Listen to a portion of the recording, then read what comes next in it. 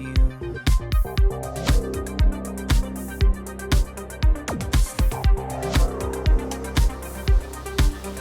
It's a highway, highway to the door, and a neon Medusa's got your heart. Sweet canyon lullabies, don't look straight into its eyes. It's a highway, highway to the door.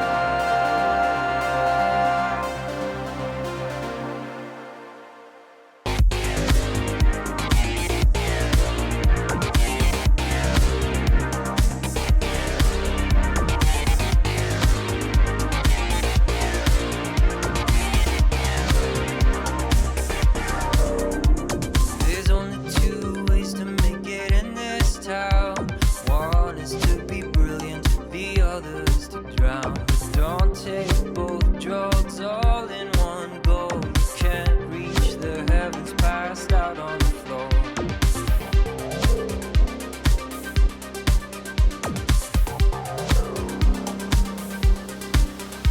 It's a highway, highway to the door,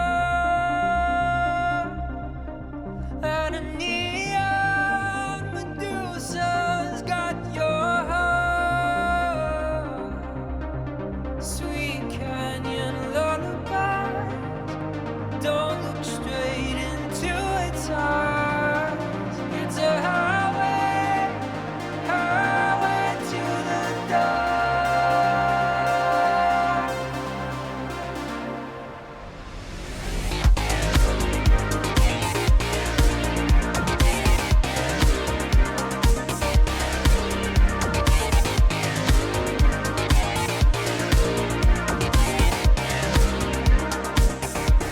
If your mama could see you now, if your mama could see you now, topless and upside down, the room spinning around. If your mama could see you now, with the party lines coming out, are you lost or are you found? Are there too many mirrors in this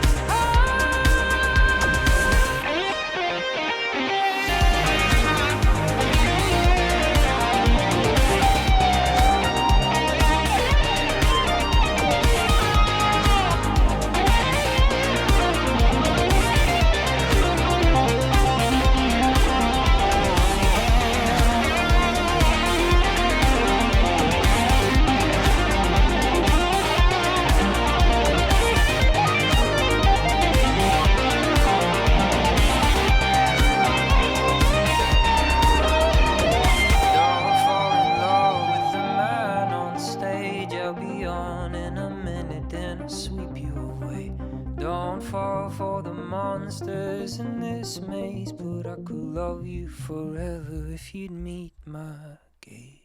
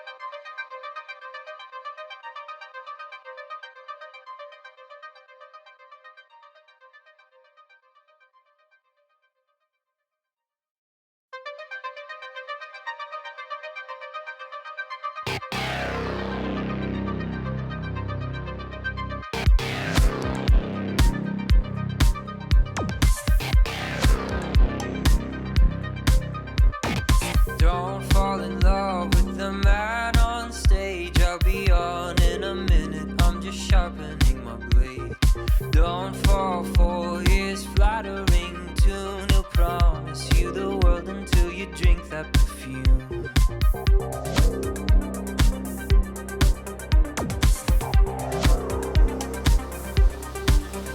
It's a highway, highway to the door,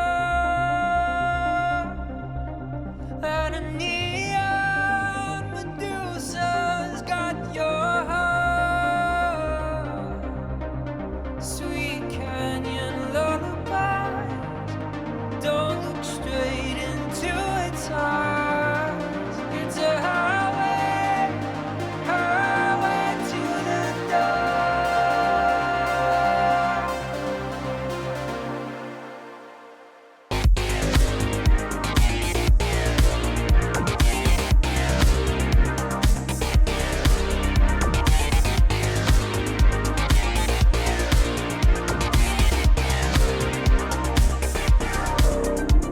There's only two ways to make it in this town. One is to be brilliant, the other is to drown. Hello everyone and welcome back. It is once again White Girl Summer. It is Monhun Monday, which is now a thing apparently. I don't know. I'm figuring this out. But yeah, we're playing Monster Hunter again. Hopefully less abrupt than last time when we kind of just fell off a cliff because the internet died and my whole stream ended. And also, by the way, for those of you who knew I was fighting a Kezu at the end there, yeah, I didn't win against the Kezu. I think because of the disconnect. So, like, Monster Hunter, you can play offline. We forgot to give Mike, thank you for killing Kivy. It's a moral duty that we should all pursue.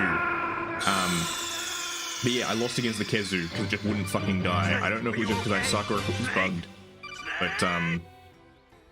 But yeah, like, that thing just wouldn't fucking die. I got it down to being wounded, and then I just ran out of potions because it just would not give up the goat. So I'm gonna switch out from hammer this time. I'm gonna go pick up some things. So I'm gonna switch over to my trusty shield and sword once my hands remember my muscle memory. And we're gonna switch out for our wrong button. Our trusty shield and sword. Or sword and shield as they call it in this game. Not right now. We were going clubbing. Now it's we got that fang on us. That's not a knife. That's a knife. I need to get a job. I need to find missions to do. That aside, how you doing, Casagator? Yeah. What have we got to talk about this week? Not really much. I had an incredibly boring day at work today because the guy who wanted me to do something wasn't there. So I basically had nothing else to do. So there's nothing really to talk about there. I guess I could talk about. So I was watching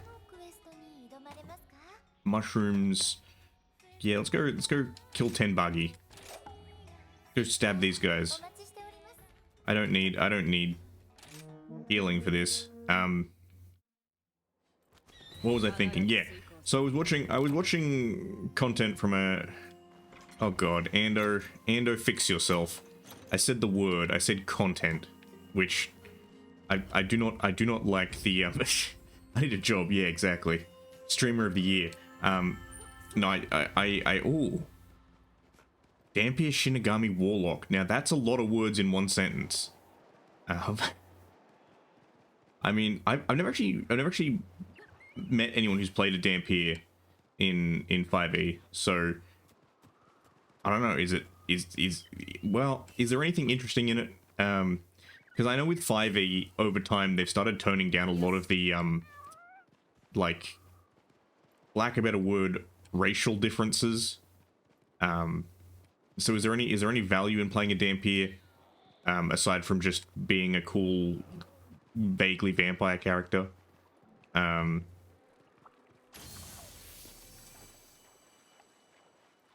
Alright, where are those? They're the boys are on the other side. I see. I guess give me more of the swordfish. I love these fish. They make me sword. Where was I going? I had thoughts. Yeah. So like I found with 5e over time, and I think it wasn't Curse of Strahd where they introduced this. I'm trying to remember which one it was, but they basically said like, yeah, they were concentrating on like letting anyone basically play any archetype with any racial background or whatever, which I think it's a choice. but I feel like it did kind of take away, I don't know, some of the interest, I guess you could say, in trying out different combinations. I mean, please, please, for the love of God, can we get people to play non-human fighters? Get to a spider climb. Ah, spider climb for free. Okay, and you don't breathe. Yeah, okay, cool, cool, cool. Yeah, the not breathing things are usually a pretty standard undead perk. Or at least non-living creature perk. I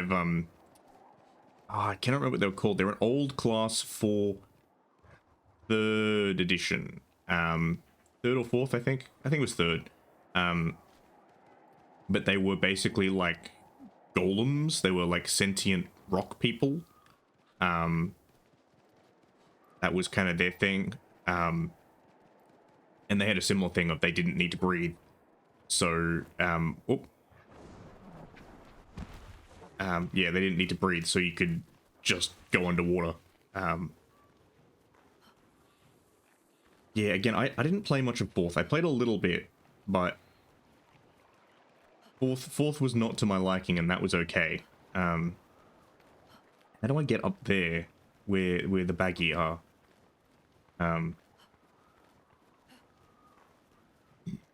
I wish to stab some lizards.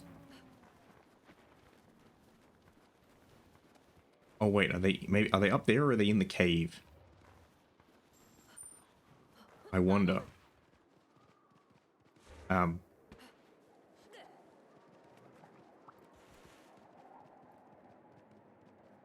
Yeah, arguably my problem with 4th was they basically built it around, well, they openly said this, the designers openly said that they considered the archetype of the ideal party to be the Golden Girls, party of 4, but the bit that kind of annoyed me about it was just the way that they went, okay, here are your 4 roles, whatever it is, what was it, like, controller, striker, defender, or whatever, and they kind of optimized it around having one of each. And it kind of meant that, like, if you wound up playing the one you didn't like, it was kind of like, oh, well, great. It was a bit like League of Legends. It was like, if you were a jungle main and someone else locked jungle and you're like, well, shit, I gotta play support now, and you don't like playing support. Or actually, in my case, the inverse, if you're a support main and you got locked playing jungle. It's kind of like, well, great, you know, I can do this, but I would prefer to not to. But again, that also might have been me, because I originally started in 3.5. Like, that's when I started playing D&D. Not well, but it's when I started. So it may well have just been me being like, this is strange and new and I don't understand it. And what seems hip now seems strange and weird to me. It'll happen to you too. Where are these fucking buggy? Alright, here's some. Here's some that I can murder. I don't.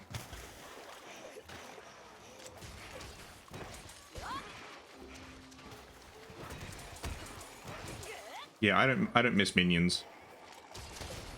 I never had that much to do with them. Again, like I can't think of much out of 4th that I genuinely do miss. But again, that's because, like, for a lot of 4th we transitioned over to Pathfinder because it was essentially 3.5, so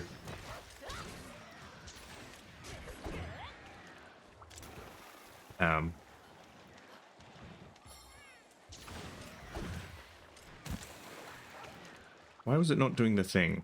Am my buttons wrong? Because I liked a lot of 3.5. It had its own issues, which is why I'm kind of intrigued by Pathfinder 2. I haven't tried Pathfinder Mark 2 yet, but I'm intrigued by some of the things I've done with the weapons. Yeah. Yep.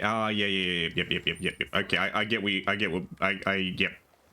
I now have corresponding thoughts on minions. Because minions is essentially the same. They do the same thing in Lancer. Yeah, it does. They do the same thing in Lancer, where most like low tier enemies, like they have health, but unlike player characters who have like health brackets, it's once you get them down to like player characters have like health and then they have wounds, whereas NPC enemies are like they have health and when they get down to 0 they just explode.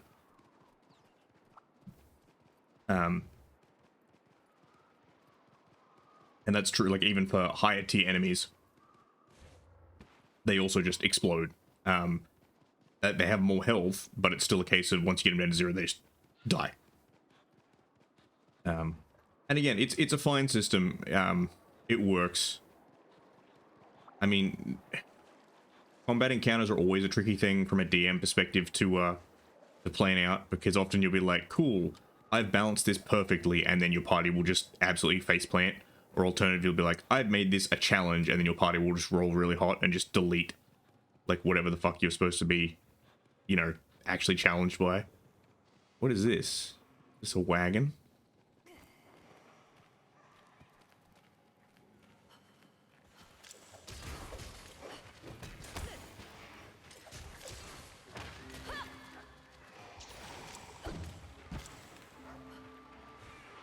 Hang on. Yes, this is the button. My spinny boy. Yeah,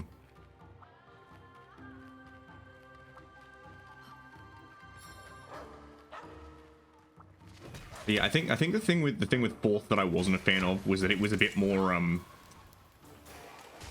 what's the word? It was quite freeform. I cannot think of the word for it. I don't know, maybe a bit more roleplay. I'm very roleplay in the dice sense. ROLL. Oh yeah, 100% random bullshit go. No, I've had more than a few of that.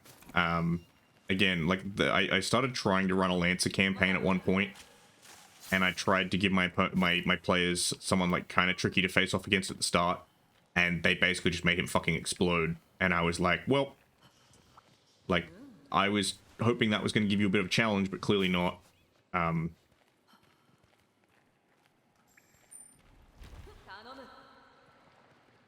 Is there anything I can assess from this? Does this learn me anything?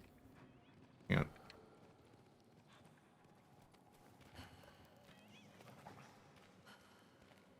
No, this is just a random wagon. Okay.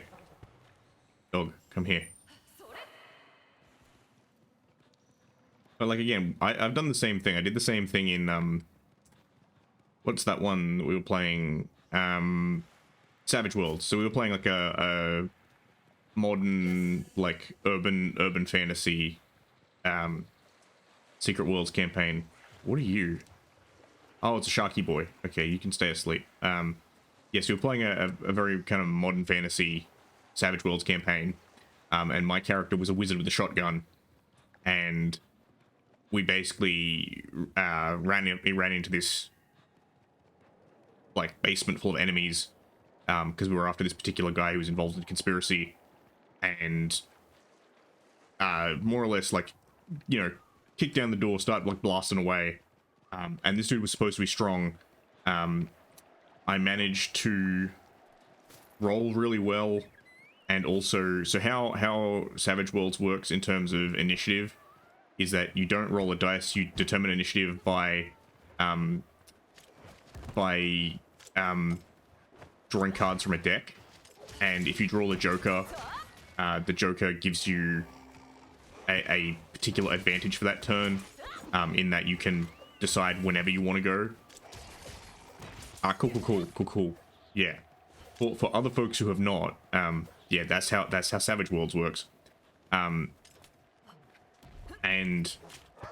I had a particular skill that was like, if you roll, so if you get the Joker, your damage rolls get like increased. So I basically like shot the dude, failed the roll, used a Benny, re-rolled, got a really good roll on the re-roll. Why is it telling me that there's two dudes right here when I've like murked them?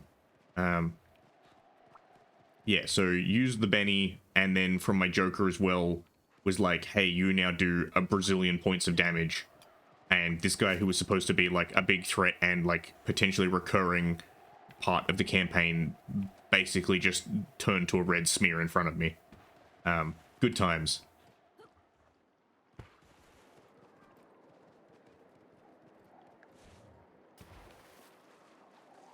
Let's fucking go. But where was I going with this? I had a point to this story. I like stories. But yeah, I don't mind Savage Worlds. Oh, main objective complete. Yeah, I don't mind Savage Worlds, but like having played Blades in the Dark and stuff as well, I'm more of a fan of, as I said, like role playing than I am role playing. I like rolling my dice more than I like. The problem I have with Blades in the Dark is it's very like, oh, a thing has happened. Let me tell you about this thing that happened beforehand that I conveniently planned. Like, and that can be fun. But sometimes it does feel very like, but wait, you forgot my secret trump card. Versus, you know, an actual like tabletop setup where it's like, oh no, you actually have to plan this fight out. You know, maneuver is a factor, which I like. That's why I like, as a DM, well, as a player and as a DM, one of my favorite Pathfinder Jackie Chan inspired martial artists. Nice. I don't know. I've never really had much of a chance to play monks as a like punch-up class, but I do like monks. What was I think? Yeah, there's a class I really like from Pathfinder. So as a gift one year, my brother got me the Kobolds of Golarion. Because I like kobolds. I play kobolds a lot. He got me the Kobold supplement, and one of the classes in there is called Swarm Fighter. And it's fine. Like like Swarm Fighter is fine for a player character. You can do it, but it's even better as an NPC enemy because you can team them up with other stuff. And their whole thing is like they have a couple of abilities. One is that they can they're small because kobolds are small. They can share space with larger creatures. Anyone that's a normal size or larger, they can just be in the same square as.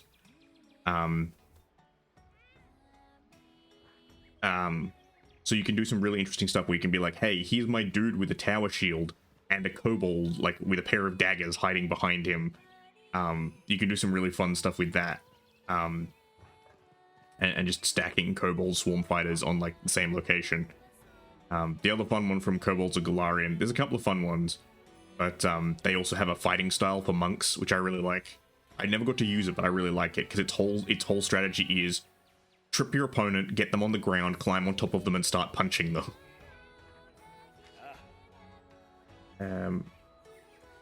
Okay, so you need materials.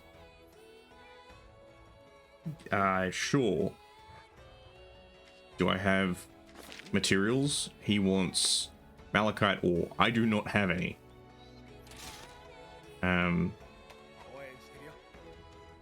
Goodbye.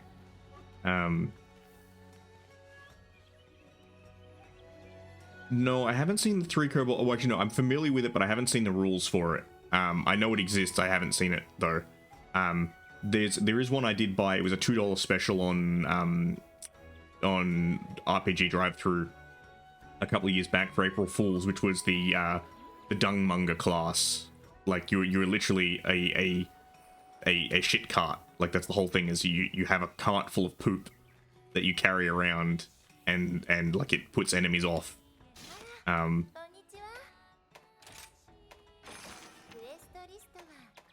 Plump and juicy. Not so tasty. Get plump and juicy. So I picked that up for like $2. And I think there was did I actually pick this one up? I might have picked it up. I can't remember if I looked at it or not. There was another one that someone did, which was Swarm Knight, which was literally like a suit of armor animated by bees. You are a swarm of bees, with it like in a suit of armor. And I thought that was like a fun idea. But the thing is, like, unfortunately, with adult responsibilities, I don't get to play D&D and that stuff that much anymore, as much as I would like to. So it is one of those things of, like, often I theory craft a lot of stuff and then never actually get to use it. And also, I'm not sure if my DM would appreciate me showing up to, you know, the campaign being like, yeah, here's my character, he's a shitmonger.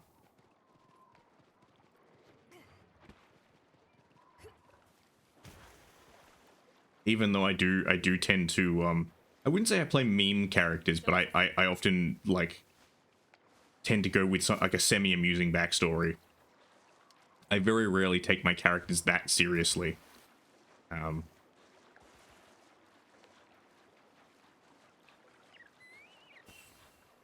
I feel like if a character is serious, I find them so dreary. There's no motivation. Like, oh no, someone killed your family, get a new family. It ain't hard. Ah, cheap viewers on Get Fucking Banned.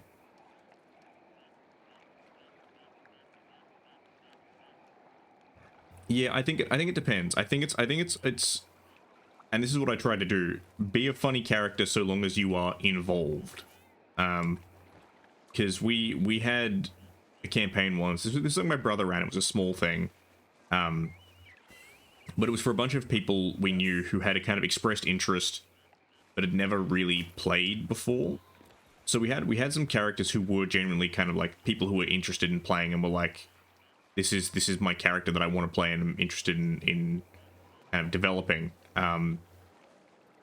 But we had one guy whose character was literally a meme in the sense that he was a bard who wears a fedora, and like played a keyboard and like would just like dab randomly and stuff. And like his whole thing was like he'd like be like, oh, what's your, like, it's your turn, man, like what are you gonna do? He'd just be like, oh, I'm just gonna dab or whatever. Like, you know, exactly, they can get cheap viewers from admin jail. So yeah, like he was kind of memeing, but he wasn't really adding anything to the campaign. All right, let's go talk to the merchant. Once we've got that. But that's why, again, I try and add stuff to the campaign while also being amusing. It's also interesting as well, different people's takes on things. Because I remember I had a discussion with a friend about this years ago about, like, so you know how there's alignment in D&D, although they seem to be moving away from it, the whole lawful good, you know, lawful evil, all that sort of stuff. I remember having a discussion about, like, what constitutes lawful good, like what is a lawful good act, etc. Because I was kind of saying, like, well, okay, well, if you come from a particular culture, like, where that is the law, you know, is obeying that a lawful good act? And they'd be like, no. Because I was saying I wanted to play a lawful good paladin who was, so he's based off of there's a medieval book. I can't remember what the book is called. I know what the adaptation of it is because it had Christopher Lee in it. It's called The Wedding of the Fairy King's Daughter is what it's called. Is the adaptation. But it's a small excerpt of a much larger book that was written in like late medieval England. It's one of the first Western novels. But all the characters in it are kind of like metaphors. For like a lot of them are knights, and they're all metaphors for the different type of knight, like, you know, knightly virtue and like chivalry and stuff like that. And there's one particular character who is supposed to be the Knight of Justice. So he's very about like being lawful and stuff like that. But he has a a guy who follows him around, who's this dude who just wears armor all the time and is like very stern, and they're supposed to be dual symbology. So one of them is justice as a goodly thing, which is the main guy. He's like justice as a thing of kindness, and the other guy is justice as the unmerciful law, the idea of like the law as it's written. And that's the paladin I wanted to play. I wanted to play a paladin who was like, do you know most people play paladins and they're like, hey guys, you know, I'm the lawful good paladin. I'm here to help everyone. You know, no, don't thank me, good citizens. It was, you know, they play Superman basically. Whereas I wanted this guy to be more like the Punisher. I wanted him to be more like, worry not, citizens. I have slain the bandits who were raiding your village. Sin, like, you know, keep yourselves free from sin and pure, and I shall never have to return here. Like, pray you never see me again, sort of thing. Yeah, look at the artifact.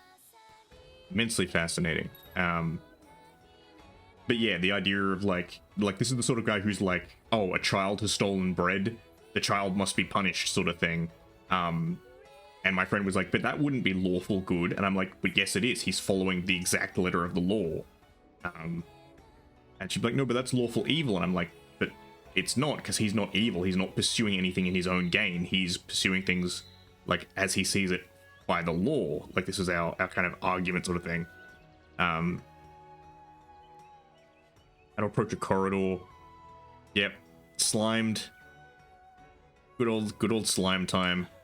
I remember one of the most, this was back in the day, what was arguably regarded as one of the most perfect traps was the what's it called? The cube of slime, or whatever it's called. Is Ancient Ooze or whatever. There's a D&D creature it's basically a cube of ooze, a cube of slime. Or is it just slime cube? But anyway, it's a cube, and the thing is, it perfectly takes up a 5 foot by 5 foot by 5 foot gelatinous cube. That's it, gelatinous cube. 5 foot by 5 foot by 5 foot space, which is the same as a single tile in D&D. And so the trap was basically a pit trap with a slime suspended above it. So as you fall in the hole, and then the slime falls down, completely filling the hole, so there's no way for you to get out. Like, it's basically like insert player into slime. Okay. Alright, alright, excellent. You gave me nothing from that, that's okay.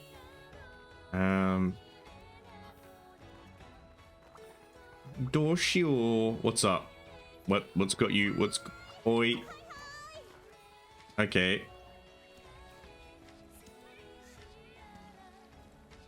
We've got a for realsies big issue. Yeah, that's a fair argument, Mike.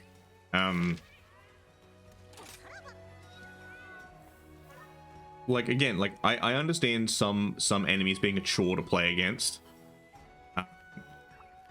Like, that's one of the things I really like about, or at least I like in the looks of Pathfinder 2nd edition, right? Is that with weapons now, you can choose what sort of damage you do depending on the weapon. So it used to be like, swords do slashing damage, spears do piercing damage, hammers do crushing damage, or whatever. Now you can choose based on the weapon. Like, usually you'll have some options. So swords can do slashing damage and piercing damage and, I think, crushing. Like, there's a couple of different ones you can choose from. Because it used to absolutely suck dick if you wound up fighting skeletons and no one in your party had any crushing damage. Like, we had this before. We wound up fighting a bunch of skeletons, and like everyone in our party had like a sword or a rapier or a spear or a bow. Like, no one had anything that was a bludgeoning weapon. And it just meant that because the damage resist, it was just like, oh fuck, like these skeletons. Whereas now, like, exactly. Doing shit like that where you can, like, okay, cool, I can choose my damage appropriately and things like that. And they've done a lot, which I like. They've done the opposite of 5e. So 5e was like, all your weapons are the same, it doesn't really matter. Oh, you have a sword, who cares? You have an axe, who cares? Pick whatever looks cool. Whereas in Pathfinder 2nd Ed, they've kind of gone, we're going to make all the weapons different enough that, like, yeah, okay, there's not much difference between a sword and an axe, but an axe has trip or whatever, so you can, no, I don't think it has trip, I think it has parry or whatever. You can hook people's swords and like pull them out of their hand and stuff. So there's a little bit of difference that just makes it like, hey, that's an extra little bit of flavor for your character. You can try and build towards it. I see. I'll put a photo of it in the Discord. I actually have it on the shelf behind me. It was a campaign reward for one of the Dungeons and Lasers campaigns that I backed. I can't remember what it's called. It's called like Sir Reginald or something like that. But it's basically a gelatinous cube with a skeleton of a knight in it with a lance sticking out, and it's like it's stretched as if it's speeding through a corridor. And I think they released rules for it, and the idea was it was like a gelatinous cube knight. I'll post a photo. I haven't painted him. I'll post a photo of him in the Discord later. Maybe I'll paint him at some point. These are optional quests. Are these all training?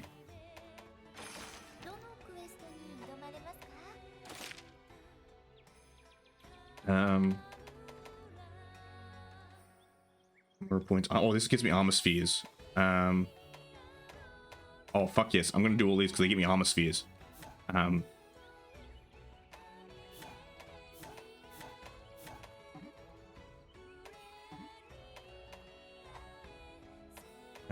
Village quests.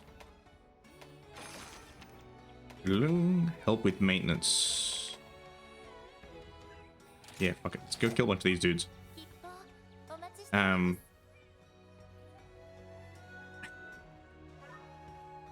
you ever met a knight? No, but I'm a gelatinous one. Well, actually, I've talked about this guy before. This is the character I didn't run him, my brother did. But in Pathfinder, in part of the lore, there's a bunch of different, like, paladin orders. And one of them is the Order of the Seal, right? As in, like, the Sacred Seal, the Seal of the Gods sort of thing. But we ran a guy who was basically like an Inuit. I came up with the idea, my brother wound up playing the character. Because my brother is more social than I am. And so he used to actually go to, like, so one of the things about Pathfinder that differentiated it from or still differentiates it from D&D is that you can register your characters officially, and it basically tracks all their stats and everything so that you can play them at, like, official Pathfinder events sort of thing. So he used to go to events and, like, play, but I'm too A, lazy, and B, shy for that. Well, not shy, but it's like I find it hard to get my vibe on with a group of people I don't really know. Whereas my brother is much better at that, at just being like, cool, I am here, let us play the D&D. But yeah, this guy was basically like an Inuit guy whose culture was they had a seal god who they worshipped, as in, you know, arf, you know, aquatic mammal seal. And so he ventured south and was like, I hear that there's an Order of the Seal, and joined these knights, but was always very confused because he'd be like, because he spoke very broken common and was constantly confused of being like, I don't mind doing all the questing and stuff, but why does no one seem interested in partaking in the Great Fish Ceremony and, like, all the things that, like, you know, culturally he thought he was supposed to be doing. Exactly, arf fimsh. Like, that was literally it. And that was literally, like, part of the character, is him being like, why does no one wish to partake of my fermented seal blubber and stuff like that. Very fun character. Ghostbusters, which Ghostbusters 2? That's the real question. Like, old Ghostbusters 2 or new Ghostbusters 2? Either way, neither of them should have happened, and they are, in effect, abominations.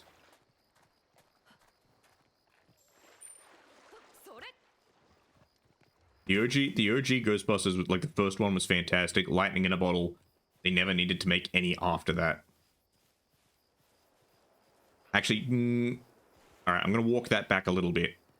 They never needed to make any after that, but they did also bless us with Ghostbusters Extreme in the early 2000s, which was phenomenal. And that's what makes me mad about it, where I'm like, why do you keep making bad Ghostbusters movies when you could just give us a live action Ghostbusters Extreme? Like, it's already there, it's already written for you, just do it. It's the same with the whole, like, Star Wars thing of, like, they wrote the extended universe, why not just use that? Like, modify it a bit, you've got your script. Oof, ow.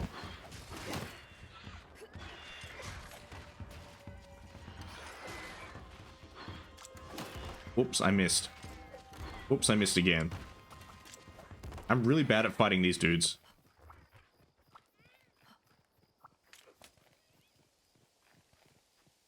Interesting. Okay, never interact with people who don't belong in my culture. What, so he calls everyone a swit. Enwa.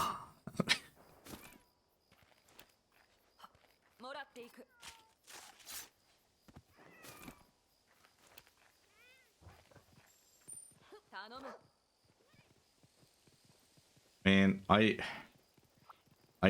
don't think I will stream. Maybe I'll do Skyrim. I haven't played Skyrim. I've played Morrowind, but it's just one of those things where I don't think I'll ever like play one of those on stream just because there's so much work. But yeah, Elder Scrolls Lore is something else. Fiend for peyote, I see.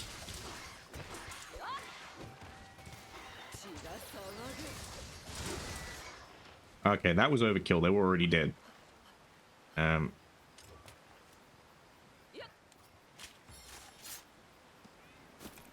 Yeah, I don't know. I've never had a character quite like that. I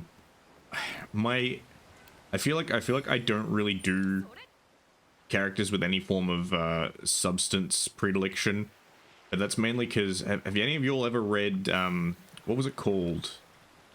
Rat. Blanking on the name of it. It was a comic. My brain is saying Rat Wizard, but that's no. The Rat Wizard is the local legend, not the comic. What was it called? Rat Girls or something like that. But yeah, it was like a D&D based. Like it was we're a D&D party, but we're all gals and we're all a bit different. And they had a halfling who was like a fiend for any form of like mind altering substance, and she was the most fucking annoying character. Like most of the party I could tolerate, but she was just the most fucking annoying character.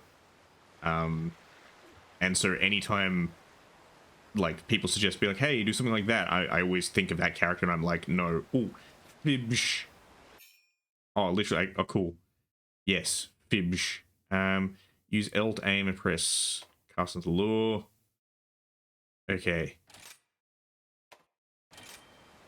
Fibsh. Give me that Fibsh. Alright. Fighting time is over. It's now fishing time. Give me that fish.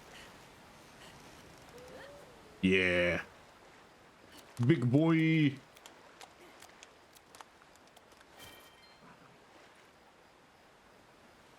Well, yeah. That has been a criticism of Skyrim. And that's why people are saying that, like, if the next one's in Redfall... no, not with Hammerfall or whatever, they're like, oh boy, just wait for all of the interesting parts of Redguard lore to be basically fully done. Look, Avatar, I will allow it just this once, but only because I know that your dad hasn't come back with the cigarettes yet. Alright? I will, in this instance, I will allow myself to stand in as Turtle Daddy, provider of cigarettes and milk.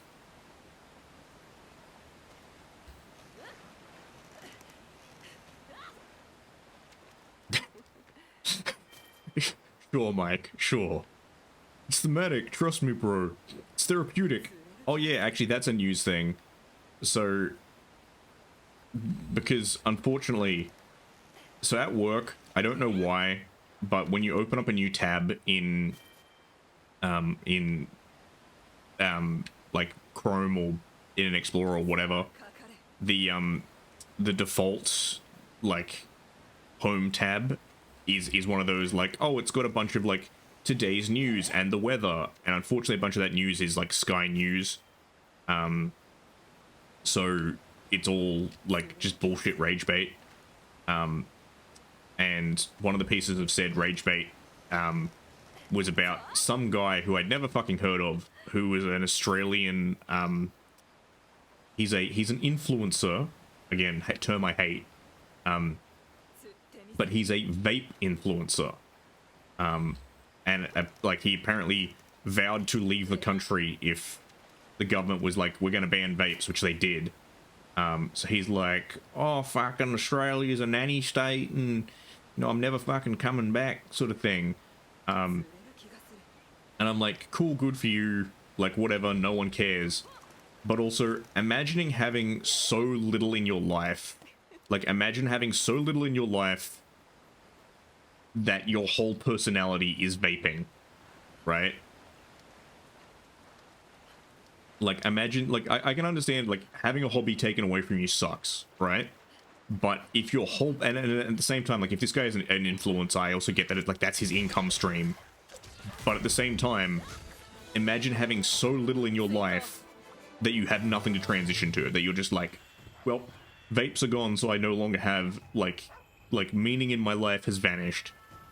But yeah, 100% agree with you, Mike. Fuck off vape, bro.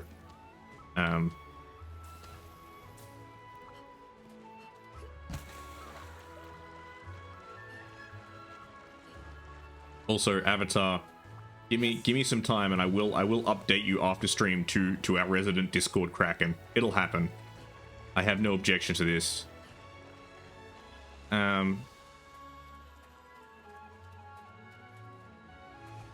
Yeah, but I mean, like, I feel like that's kind of the problem, Mike, in the sense of like everything is fucking tone deaf nowadays because it's all about getting the game out as quickly as possible. It's the same with kind of like that. Oh, Ando's gonna step on controversy here. Actually, no, Ando's not. It's not controversial at all. People are acting like it is, but it isn't. It's just, it is what it is. But the new Assassin's Creed or whatever that's coming out, where they were like, here are your two player characters, Japanese ninja girl and Yasuke, the historical in that we know he existed, but we know very little of him. Black man who was in Japan and was associated with Oda Nobunaga.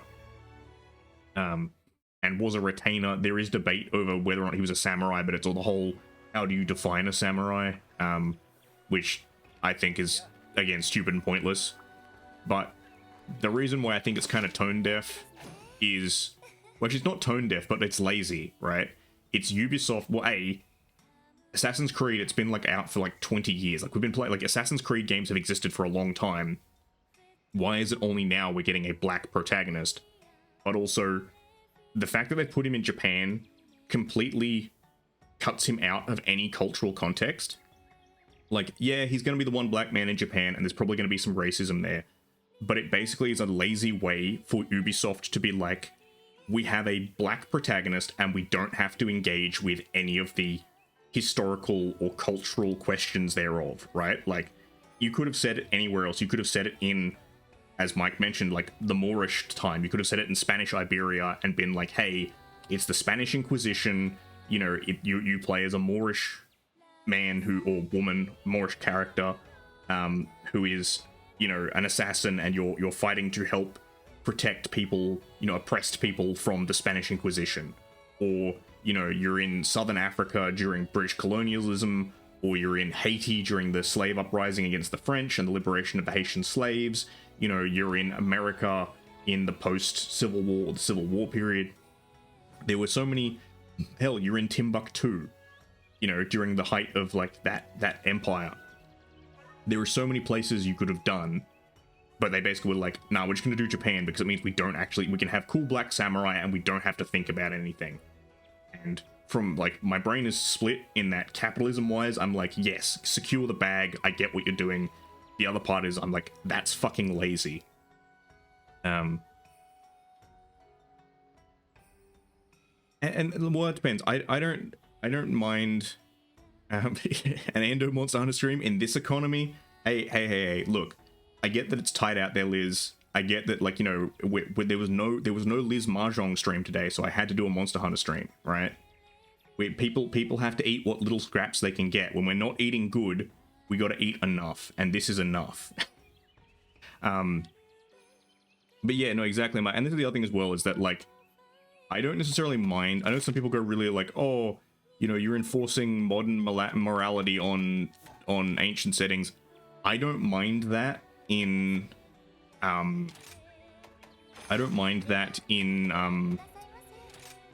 like media, like entertainment, because like Assassin's Creed makes no real pretense about being like, oh, it's 100% historical. Assassin's Creed is, you are LARPing, you are pretending to be, you know, historical man, but it was, you know, from the very, well, I don't know about the more recent ones, I haven't played the more recent ones, but for a long time it was very much the whole, you're a man in a sci-fi machine using your DNA to relive your ancestors' past lives. Like, you know, it was solidly in the LARP zone, and I didn't mind that. And again, I don't mind media taking some liberties, but I also feel like sometimes you can do better by following history. But for me, it's more, I just don't like the laziness of being like, hey, we're gonna have all of the kudos that comes from having a black main character, even though it's taken us far too long to have one, without having to engage with any of the actual, like, complications and, you know, like, important parts of the black lived experience. It's the same with, they actually did an anime on Netflix about Yasuke, and it's hot trash, because they could have just done a cool historical story about this guy, and instead they made it like, oh look, there are steampunk samurai mechas, and like a wizard for some reason, and a Russian MILF werewolf who admittedly was a baddie. She was probably my favorite character just because I was like, oh yes, muscular Russian lady in a tracksuit for some reason, even though it's the 15th century.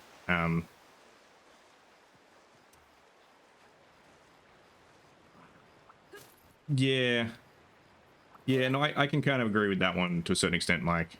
Having a point is something of a lost art. I think that was a big one that hurt Far Cry 6. Far Cry 6, they tried to do the whole, like, you know, Viva la Revolution thing, but they couldn't really, like, they fucked the landing. They kind of felt like they were building up to something, and then they just, at every turn, they kind of just shied away and were like, oh no, we'll just take the safe route instead of actually saying something. You know, they had some really good representation of certain groups, you know, things like that I was like, hey, that was generally good, but the actual, like, message of you know, politics and revolution fell off pretty hard.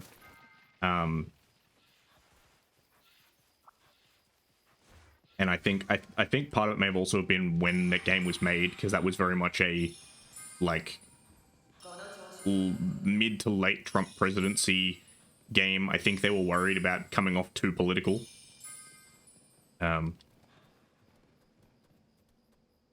Ugh. Avatar, I told you, the revolution is over. The war has ended. We're all just citizens now. Your pants must remain in the past. Okay, where are all these fucking unique mushrooms? I've found 0 unique mushrooms.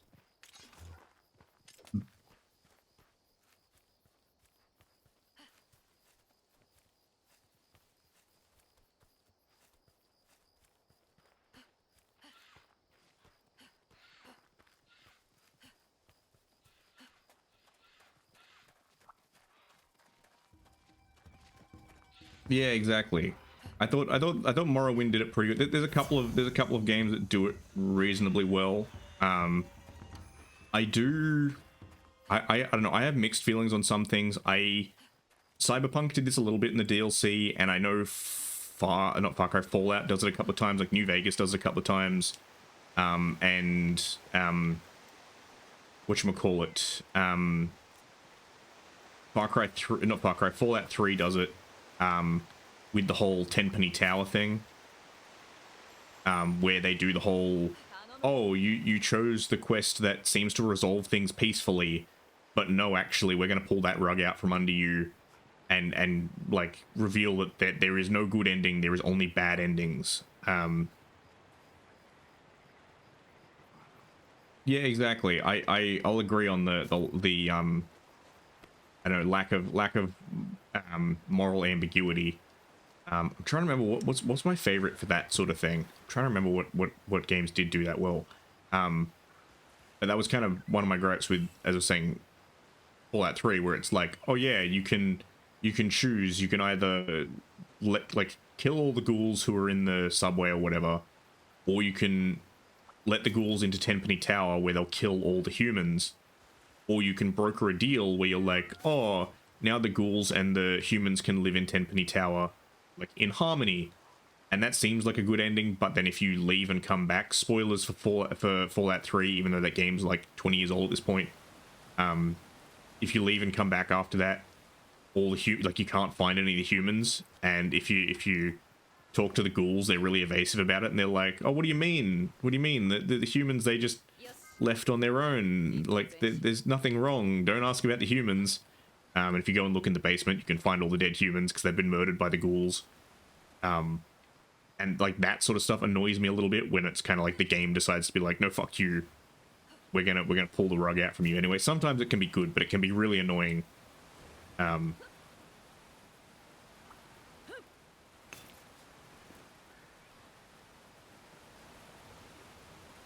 You know, I would prefer to be if I've managed to negotiate a compromise, the compromise should stand to a certain extent. It should just, I prefer if it was just a bit trickier to get. Alright,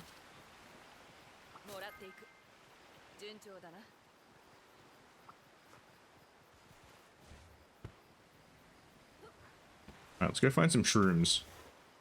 Yee, jumpy boy.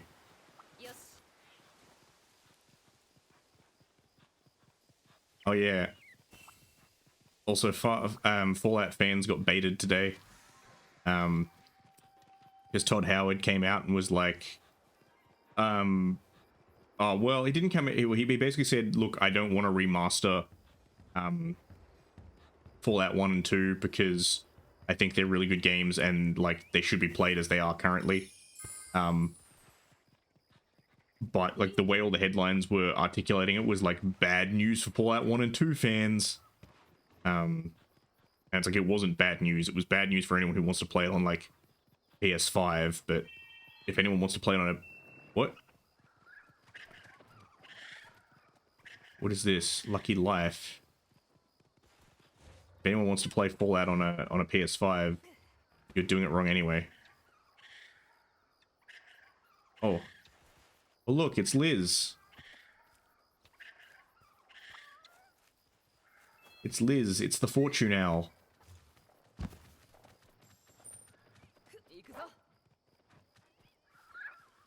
I have been blessed.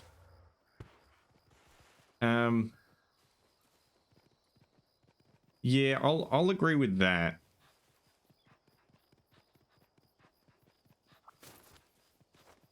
I know. I think choice stuff has definitely been on the downside. Well, not the downside, on the decline in recent years. I get that it is harder to do. Like having branching story and stuff is hard. The thing that annoys me is when they set up what seems to be a choice and then they just be like, oh yeah, this choice didn't matter. Again, that was the thing that really annoyed me about the most recent Far Cry's, where they were like, oh yeah, it looked like you had choices here, but there aren't. Because, like, in Far Cry 5, one of the return to text-based adventures, but even then, even in a text-based adventure, it's still hard to do branching. It's still hard to do branching stories. Oh no, I didn't want the dog. Let's scrumble through this junk pile. Oh, small barrel. Where was I going with this? Yeah, Far Cry 5. There's a section of the game where you're in the Whitetail Mountains, and part of the plot there is that the dude who's there, the villain, is like kidnapping you and mind fucking you. He's like brainwashing you with subliminal messages and stuff so that you'll respond to an auditory trigger and go berserk and murder people. And every time you get captured, you get put in like a maze. It's not a maze, it's like a kill course. It's like you have to run this course and kill enough people in a certain time. And it starts with you being shown like a video, and then there's a gun on the table in front of you. And like as soon as you pick up the gun, the timer starts. And I thought to myself at one point, I was like, I wonder, because I didn't like the character, I didn't want to do what he said. So I was like, I wonder, can I just pick up the gun and not run the course? Can I pick up the gun and just sit here? And you can, but the timer runs out and then just the level restarts.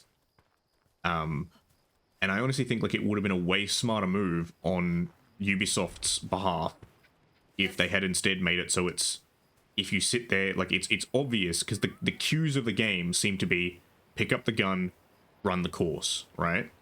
I think it would have been way more interesting if they played with the expectation of the player and had just been like, oh yeah, it looks like you should do this, but if you don't, then you can take the other branch of the story, which is you like refusing to accept the conditioning or whatever. You know, they could have made that game way more interesting than they did. And again, that's something that I want to see more of. I want to see more stuff of like players expect to do this in this type of game. So we're going to give them a choice, but not tell them they have a choice. And see how many of them break their own expectations, I guess you could say. Like that stuff I find interesting.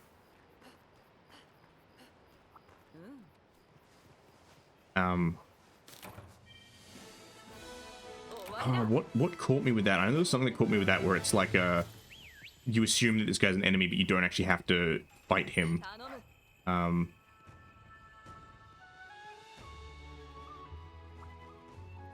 swear there's another game that did that. Oh yeah, I think Armored Core 6, which I haven't finished, I think that does that. It did do it a bit. There was a couple of enemies who I killed who actually, it turns out if you pause and you don't kill them, you unlock dialogue with them and they're like, hey, don't kill me, I'll give you money instead. But I missed a lot of those because I'm usually just like, don't kill you? No, I'm gonna kill you.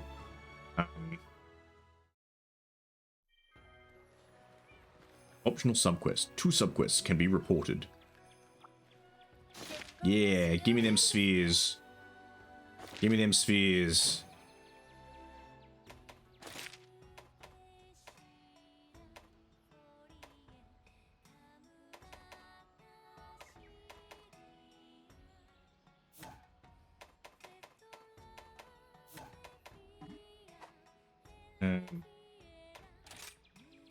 Yeah, we got all them done.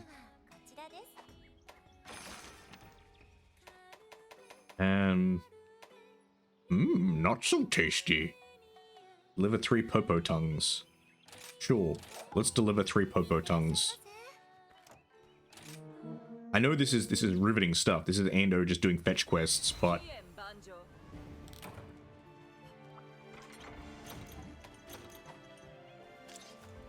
oh, wrong button. Wrong button again.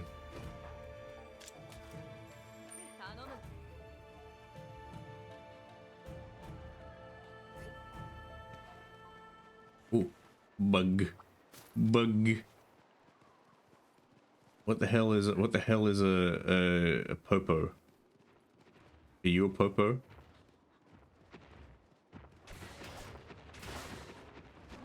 Whoops. I didn't mean to do that.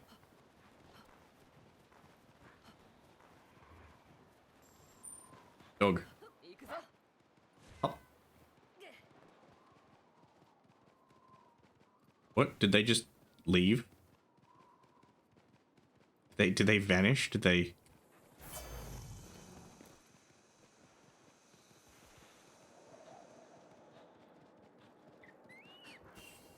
Exactly. Popo, the police.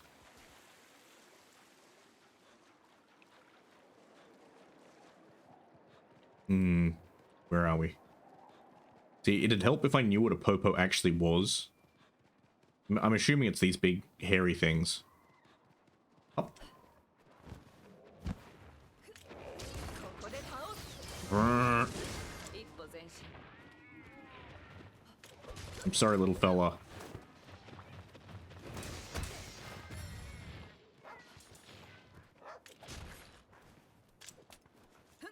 Yeah, they're these big things. I got the Ligma.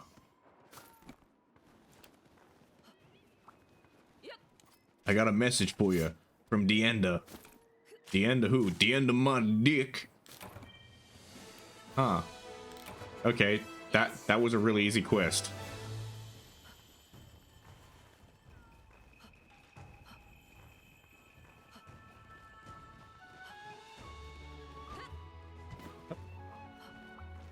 Give me them bugs.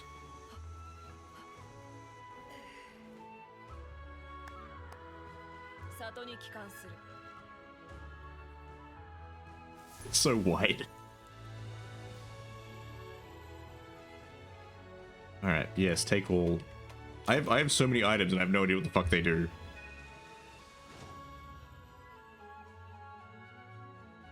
I have all these like beetles and shit and I'm like, I don't know what this is for. Someone wants to talk to me. I don't know who it is, I don't care.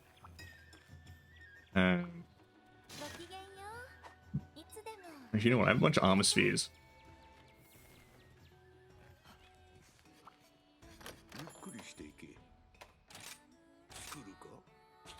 Kimura tree. Kimura sword 3 gives me element none. Rogi tree. Dirty Baron 1. It gives me poison. It's the question mark tree. The ice tree. Gets me ice. I don't want ice. Thank you, Avatar. It's the ore tree.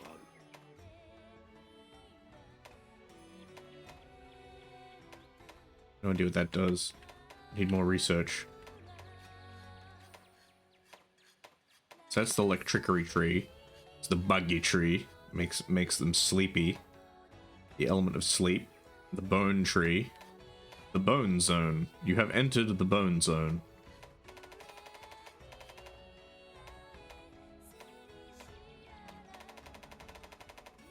Welcome. You have entered the bone zone.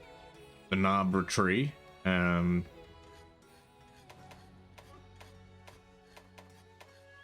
Isuzuchi tree. Aha. Does this give me fire? I think that gives me fire. Okay. Forge him. No. Upgrade him.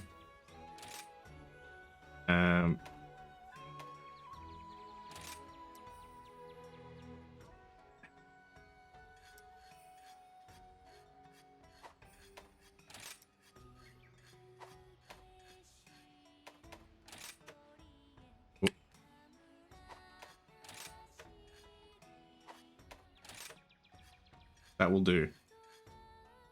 I have many, so that will do.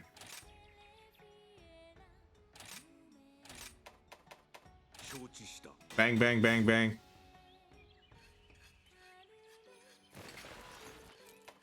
Hey, just because you're spineless, Mike. How do I... Here's a question. How do I get up to that next tree? Oh, I have to encounter the monster that breathes fire. I see. The Banabra tree. Oh, the Banabra fire tree. God damn it. I want the Banabra... I want fire at some point. I want fire at some point because the fucking... What's it called? That prick. The Kezu is weak to fire. Forge armor. So it's Kimura. What's it good against? Good against fire.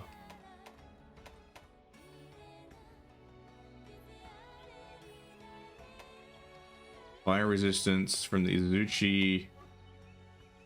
What's good against thunder?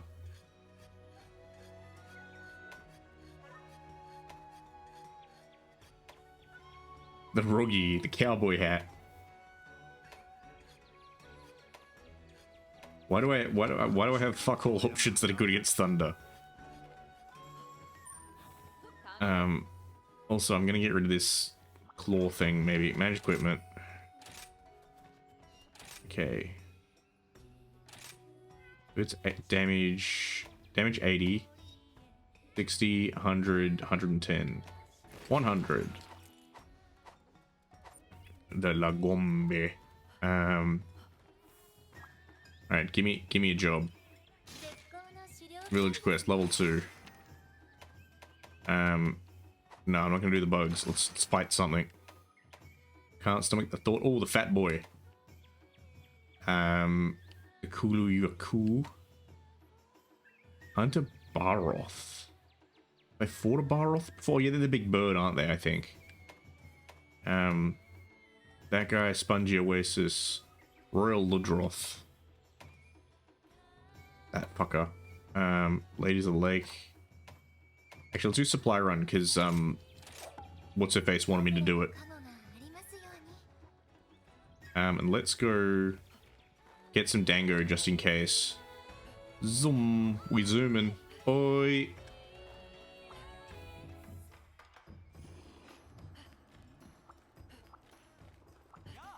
It's Dango time. Give me that Dango. Give me that. Give me that one. Give me not getting knocked in my butt, and give me the best nut.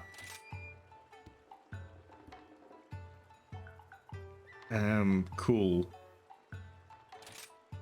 Give me this.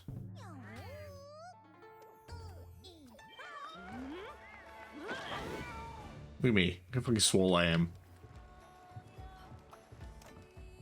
Let's go. Quest time. I will say, the thing I do like about this game is that, like, just, like, the running around is very good for talking over. Like, the fighting is engaging, but it has a good flow for streaming of, like, cool, I can talk and, like, just chill and talk about random shit. Oh yeah, thing I was going to talk about at the start of the stream. So I was watching The Mighty Jingles, who I enjoy, and I've watched for many years.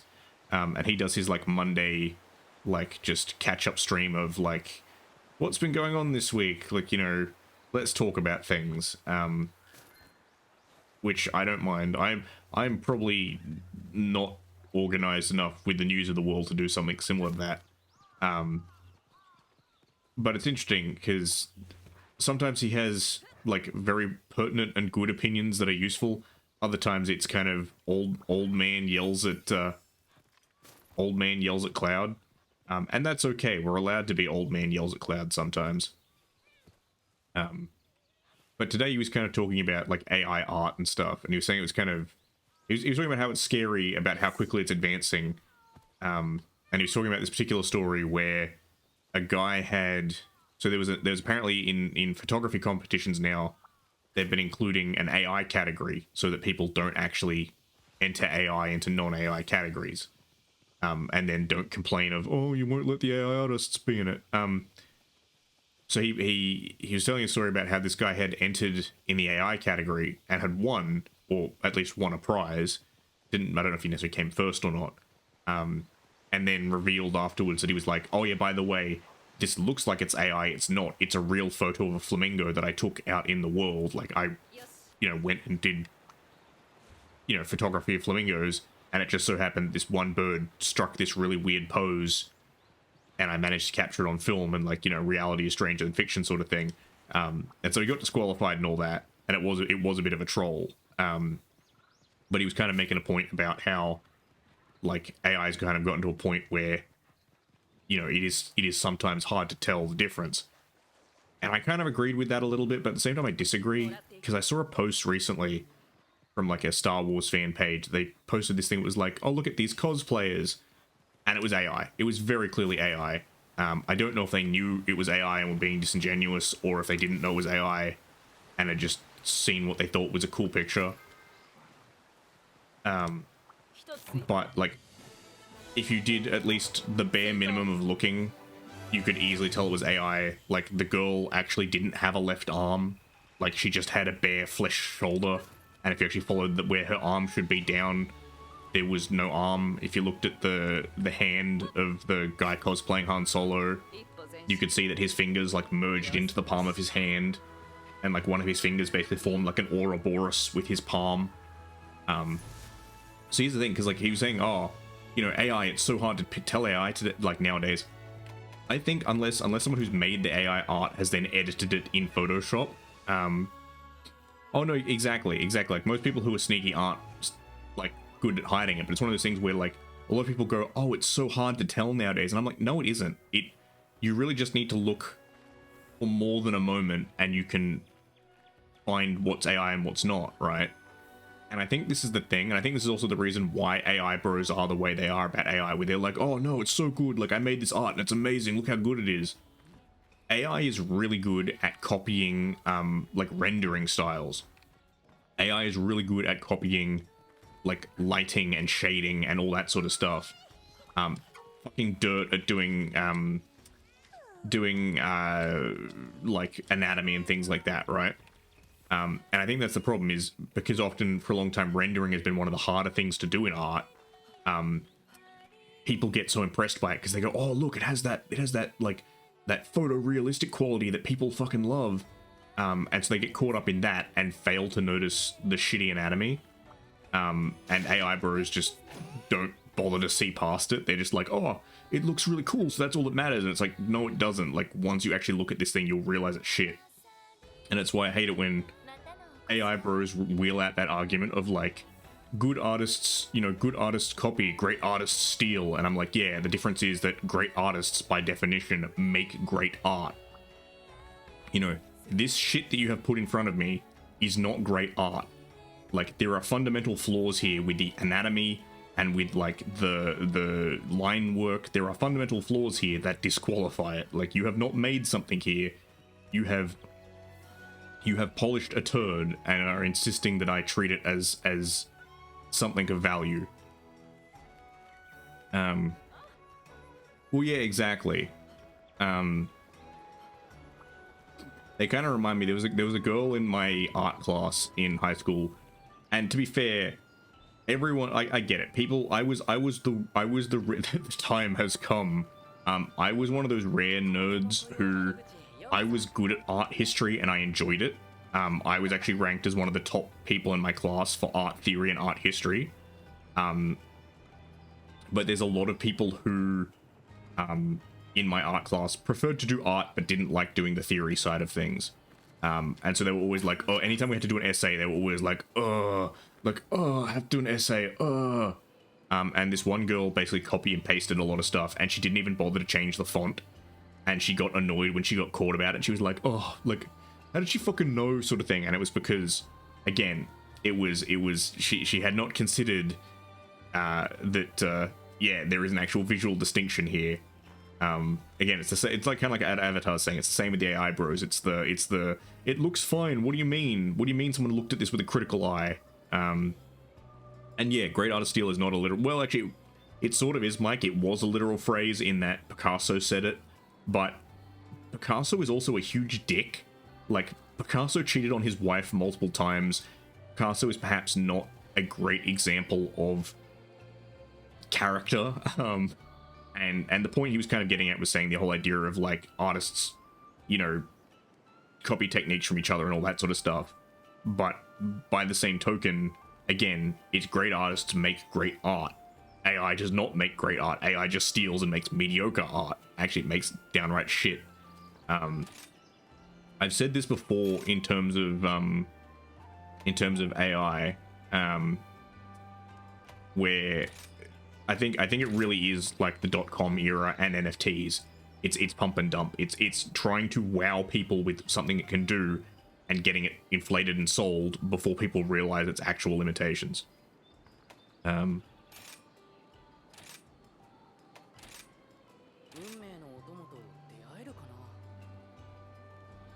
No, I do not wish to scout about it. I don't know what any of this does. I'm happy with my buddies. I'm happy with Doggo and I'm happy with Blue. They're my boys. Body expert Shirube.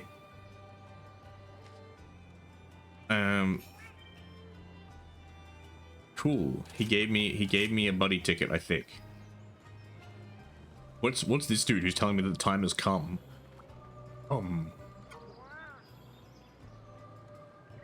Okay, what do you need? Meowcenaries. Okay.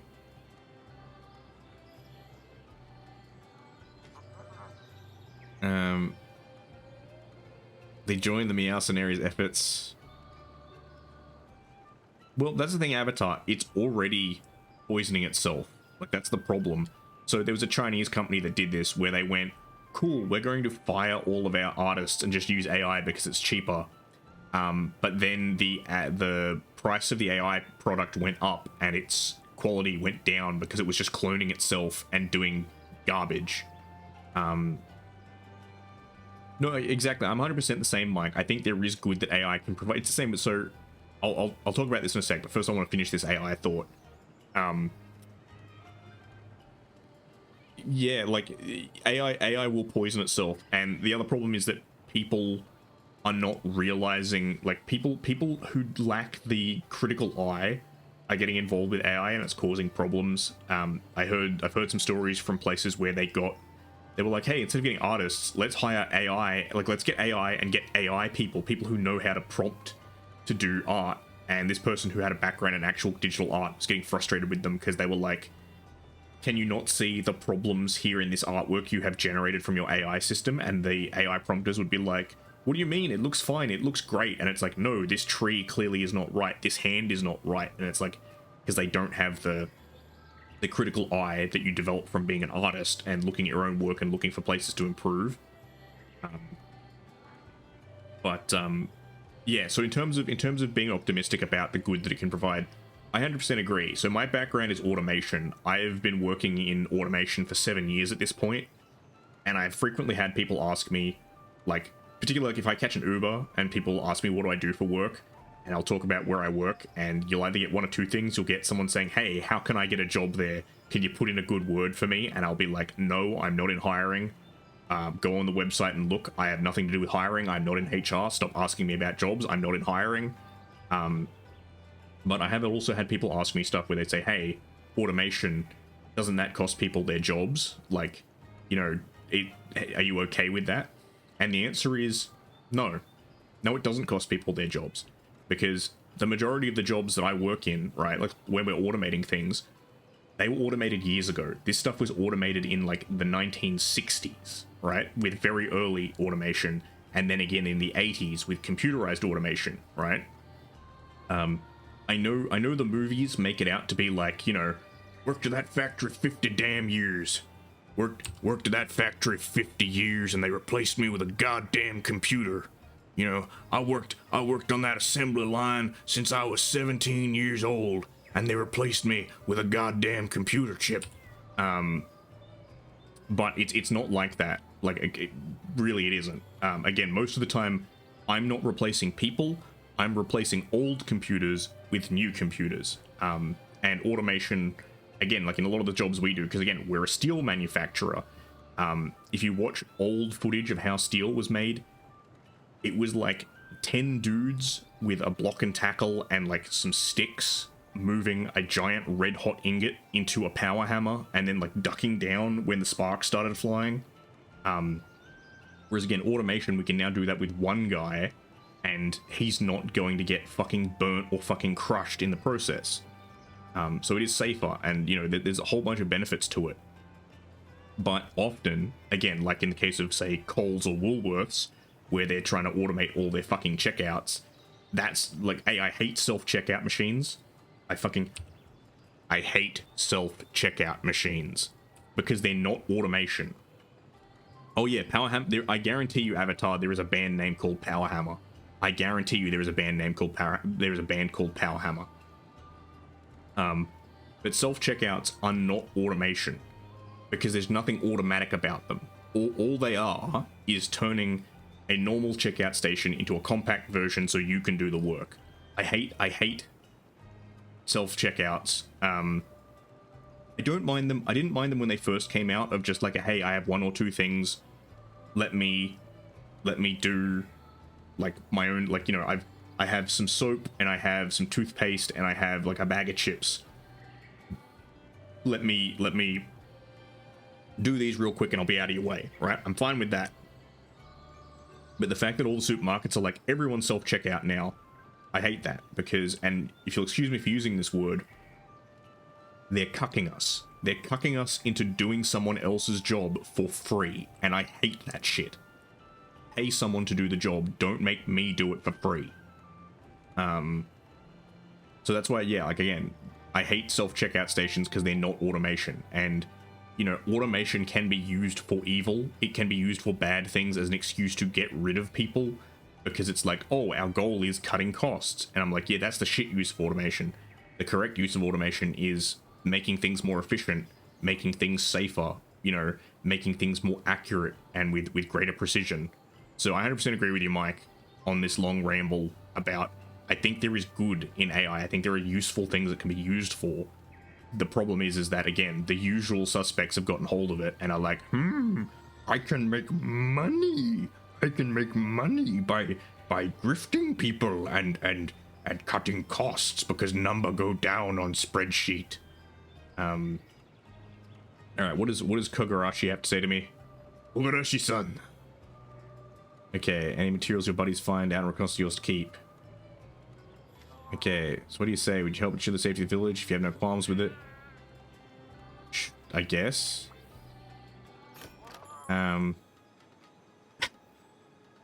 Literally just strapping my dudes to a kite.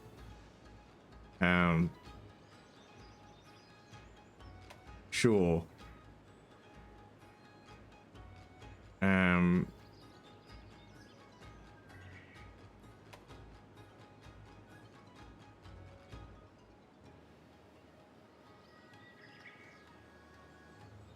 Okay.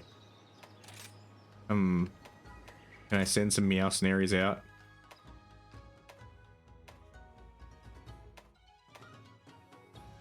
Select destination. What will get me Malachite? I don't know. Okay, we're not gonna bother. Power Hammer and the Soft Fingers? Yeah, maybe. I don't know. Power Hammer is a pretty banger name though. I'd join a band called Power Hammer.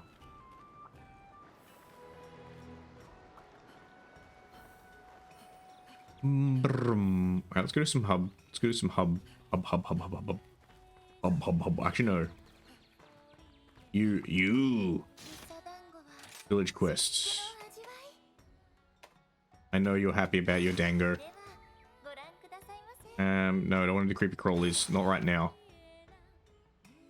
Can't stomach fat boy. Alright, Spongy Oasis. Let's go get some dango, and then we're gonna go dang, we're dang gonna go, we're dang go fight that monster.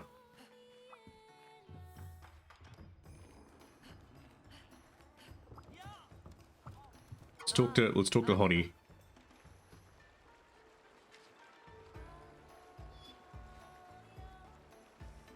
Okay. So you're basically sitting there being like, I'm wounded and I can't do anything. Okay. Maybe you will actually be interesting to talk to later. Pay with money. Order the bunny dango. Alright, balancing. Aha, so it's the lower down the stick, the more useful they are. Okay. That one. Where's best not? Best not. Ooh, leg day. Stamp wall running. Yeah, don't care. Defender balancing. Cool. Actually, no, it doesn't affect the percentage chance. Yeah. Look at that little cat. He's just always having a good time. He's just like, woo! Quest time. Yeah, exactly. Exactly. 100% Avatar. If you see someone not paying at the self-checkout, you fucking didn't. You didn't see shit.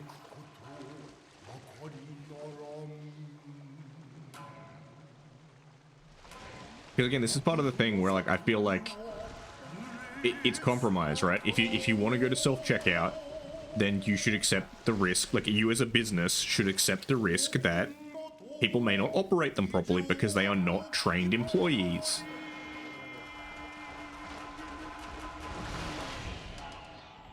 Main contender, Royal Ludroth.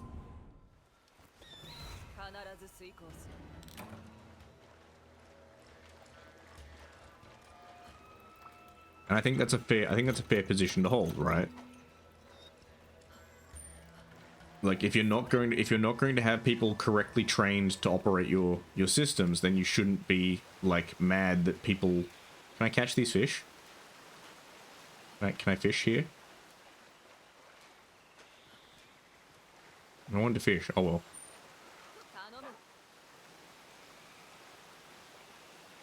Alright, let's go find this. Let's go find this thick boy. Where's thick boy?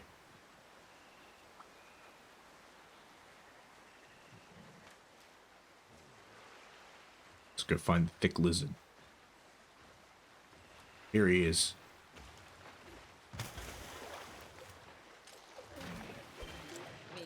Let's fucking go. Is he summoning? Is he manifesting?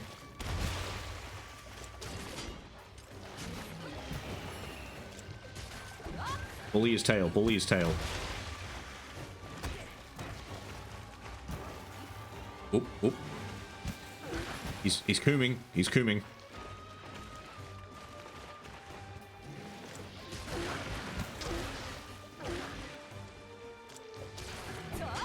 Oop, bonk. Got a little bit greedy. Got a little bit greedy. Oop, he's rolling. Oop. Come on, man. We're fighting the Goon Lizard. There we go. Stop gooning, Goon Lizard. Oop.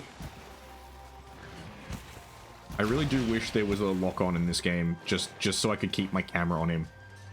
Oop. How are we for sharpness? Sharpness is looking okay. Swing, swing, swing, swing, swing, swing.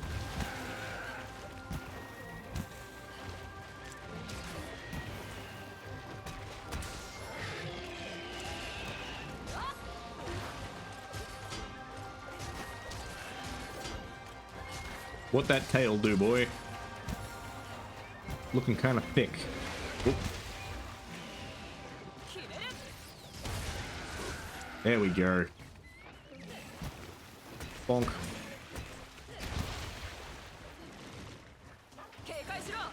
Keep hitting him with the bonk.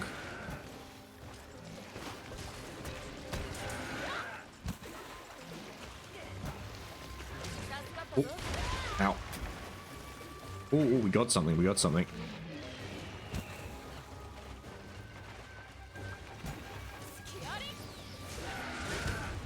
Nice. Ooh. Attack to ride him. Very good.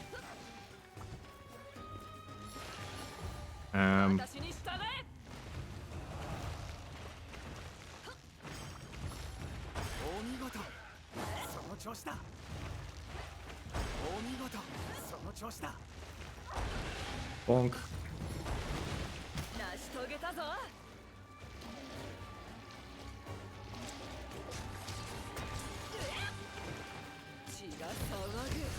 Burn.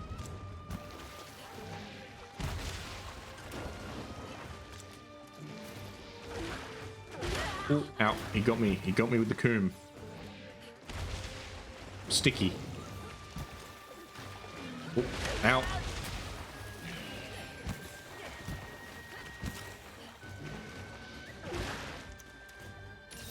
Ooh. That was kind of what I wanted, but not what I wanted. That's okay. Oh, he's running. He's running. Okay.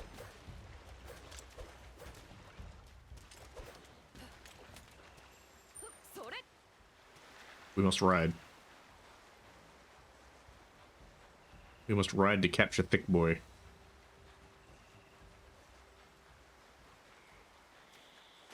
I kinda want to get the other guy so we can have a kaiju fight, but we'll have to abide for now. No, you don't.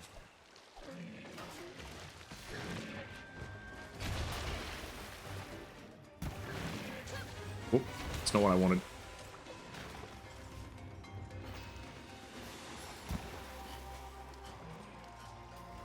He's watching me. He's watching me.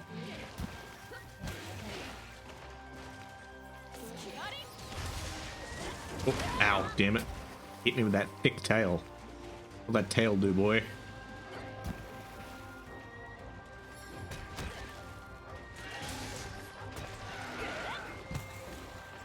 Get bonked.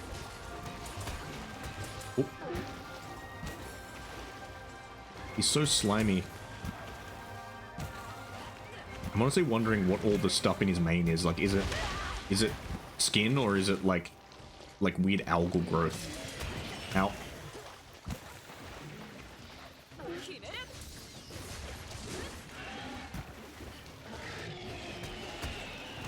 Bonk. Oh, he's running, he's running, he's running.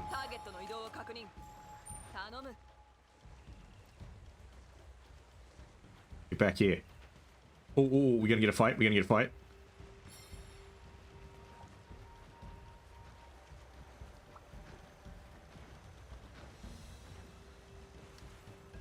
Damn it, I was hoping the Juggy was gonna take him on.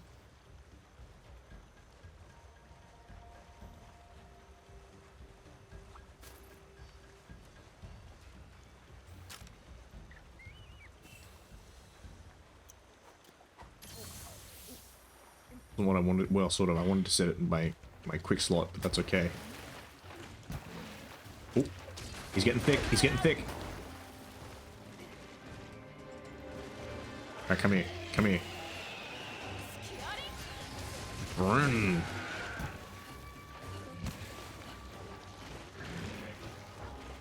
Ow. Oh, should have seen that coming.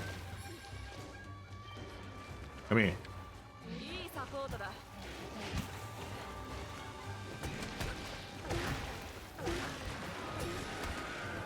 Get bonked. Oh, he's backing off, he's backing off. Oh, he's got some little guys.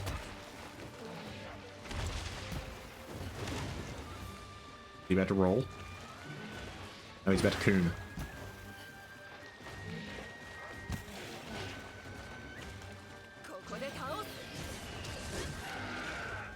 There we go.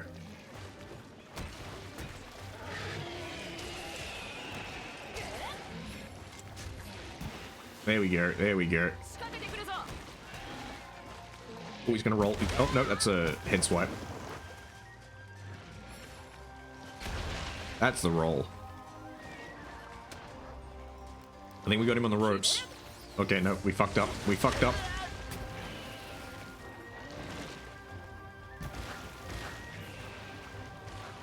Where is he? Where's the big boy? Come here.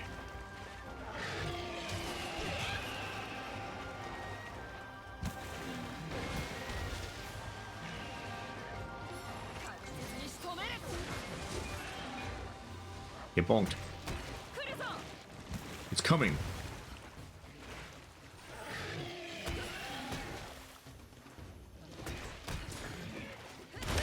Oop. It's slow on the dodge.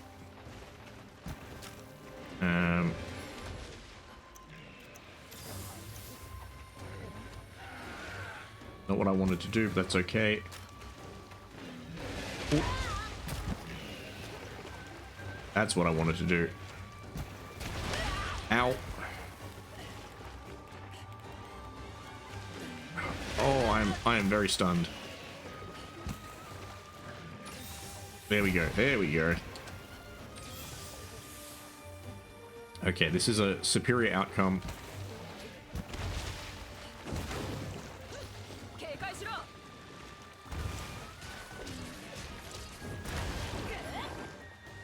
Let's just mine this outcrop real quick. This is important in the middle of combat to mine your ores.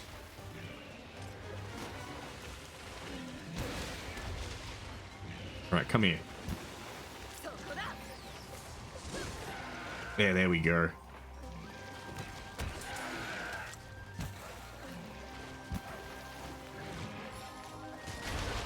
Oh, that was nice. We managed to swipe under him as he rolled.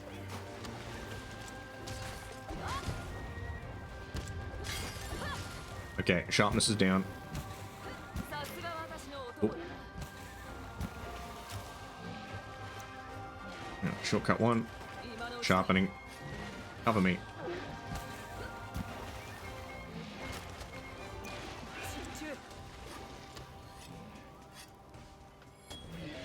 Ooh, nice. Armored Core 6. You having fun? What's your tell me what your build is, Avatar. What are you running? Oh, we got him. We bonked him to death.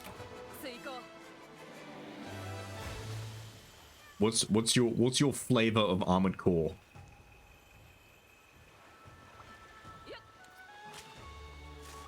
I'm assuming AC6 you mean Armored Core 6, not Assassin's Creed 6 or Ace Combat 6. There are too many ACs. Oh yeah, I remember I was talking about this a while ago on stream, and I couldn't remember what the acronym was, but I remember what it was now.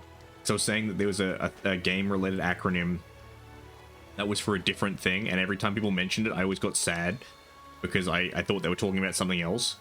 And it was Honkai Star Rail. It was anytime people would refer to Honkai Star Rail, they'd shorten it to HSR, and my brain automatically would decipher that as Homestar Runner. And I always get sad that I thought they were talking about Homestar Runner when they weren't.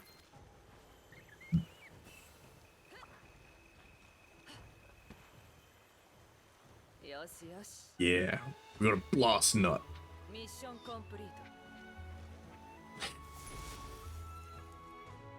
When she jaggy so good, she make you blast nut. What legs? Excuse me for a second. Actually, no. Quad legs is acceptable. Quad legs is acceptable. If you'd said tank legs, I would have banned you. Not actually, but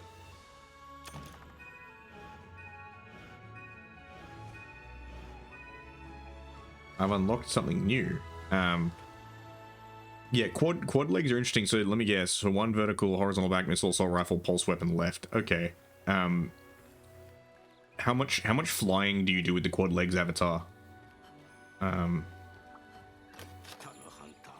What do we got now? Styluka. Chimera Sword 2. The Rogi Tree. The Royal Ludroth Tree. So it does water damage. Styluka. Yeah, so I'm not a tank leg fan either, right? They might have changed, they might have nerfed it a bit, but tank legs are the fucking worst. Like, the tank legs are degeneracy. And the reason why tank legs are degeneracy is because the fact that they take, well, two things. One, so you know how normally, on normal, like, excuse me while I just turn Monster Hunter into Armored Core for a second. So you know how on, like, normal walking legs, if you use your, like, a heavy weapon, like a songbird or something, like an artillery piece, you have to pause for a second, like, you stand still to fire it. Which leaves you vulnerable to attack. Tank legs don't have to do it. They can just fire heavy weapons while they're just drifting all over the fucking place. The other thing is that they take way less stability damage and they recover from stability damage really fast. So considering my whole build was move fast, getting close, chip down their stability really fast, and then hit them with melee weapons or other like shotguns and stuff. Tanks were the fucking worst because of the fact that, like, they just race around the map blasting me with cannons, and it'd take me forever to get their ACS down, and by the time I got their ACS down, they'd just be like, oh cool, you did a bit extra damage to me, so what? I've now recovered, I'm just gonna proceed to blast you in the fucking face. Yeah, tanks were kind of dick. They lowered the effectiveness of the songbirds as well as some of the other weapons that they were reliant on, so I think they've toned them down a bit. But actually, quad legs are actually the hard counter to tank build. What you do is you go quad legs, stack missiles, put the FCS with the really good missile tracking on it, and then you just hover in the air and fire missiles at them endlessly while they try and hit you with their artillery rounds. And so long as you dodge their artillery, you can just delete. Well, you don't delete them, but you just chip away at tanks. But yeah, as you may have understood, based on the vehemence in my voice, Fuck tank builds. A Sandy Cabal. Play a total of 14 Jaggi or Jagia. Cactus Diet. Ladies of the Lake. Let's go kill some Ludroth. Yeah, hover mode's okay with heavy ones. I think hover mode with missiles is the GOAT. And it was one of those ones that they might have nerfed it as well. But hover mode with missiles was one of the big multiplayer builds people were running, because the whole build was fly up real high where it's hard to hit you and just spam missiles with the insane tracking.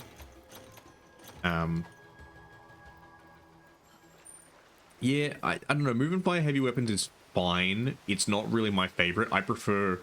I've shown my build on stream before, but my build is very close combat oriented. It's very getting close with my pistols, hit him with my pile bunker or my chainsaw.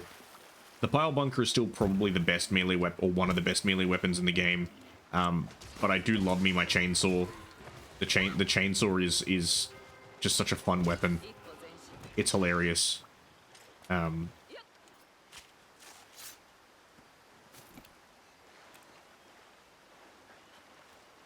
haven't really spec'd into energy weapons.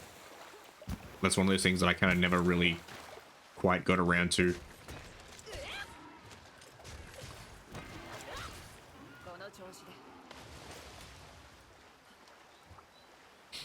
I should actually have a look at some stuff. So when I was first getting into Armored Core 6, I wouldn't say power building, but I was looking into a lot of the stats and stuff about like what they actually did. And there were some pretty good explanations of it. Me? You? Me? I? We? You doing, Maddie? Let me do a shout out and remind folks that this Friday I'm hanging out with Maddie. We're hanging out over on Maddie's channel. We're playing Monster Prom again over on Maddie's channel. I think this is the last time we're playing Monster Prom, or one of the last times, because I think the plan is we're moving on to the other ones, Monster Camp or Monster Road Trip or whatever. I know Sin is very keen to get onto Monster Con or whatever when it comes in, but yeah, welcome in everyone. Let me just do the shout out. Maddie. But yes, for those of you who don't know me, my name is Takama Ando. You can call me Ando for short. I am a turtle. I stream a variety of things. Not well, but I do it. And tonight we're streaming Monhun because I can, and because people seem to enjoy it. I was talking about this earlier. I think Monster Hunter is really good for streaming because there's a lot of stuff like this where you can just stand around in a lake and talk and vamp, and then you can go somewhere else and there's some like action and people can see you kill things, and then you can stand and vamp, and just really turn that off real quick. Yeah, so I can do this and go over here and like kill a bunch of things. But yeah, how was Kingdom Hearts the Dream Drop one? I can't say the name because it comes out as Dream Drop Drip Drip. How was Dream Drop Drip Drip Maddie? And for everyone else who's coming with the raid, if you all need to go and like have a sleep, have some food, I don't know, purge the darkness from within your heart, save King Mickey, or you know, all those normal life maintenance things, by all means do so. If not, strap in. You can judge Ando for being bad at Monster Hunter. This is the fourth time I've played Monster Hunter. So I am not good at Monhun. So if you see things where you're like, but Ando, why aren't you doing this? It's probably because I have no idea that thing exists. What? 3DS CGI Jeff Bridges? You didn't tell me there's 3DS CGI Jeff Bridges in that game. That sounds amazing. Fucking love Jeff Bridges. It's one of my great regrets. Well, it depends. There's a lot of things to regret about the Marvel Cinematic Universe at this point. But one of my great regrets about it is the fact that Jeff Bridges was in like the very first film of it. He was in the first Iron Man, and then never since. Oh, it's Ron Legacy. That makes complete sense. He was like, there was a period around that time So like he did that, he did Iron Man, he did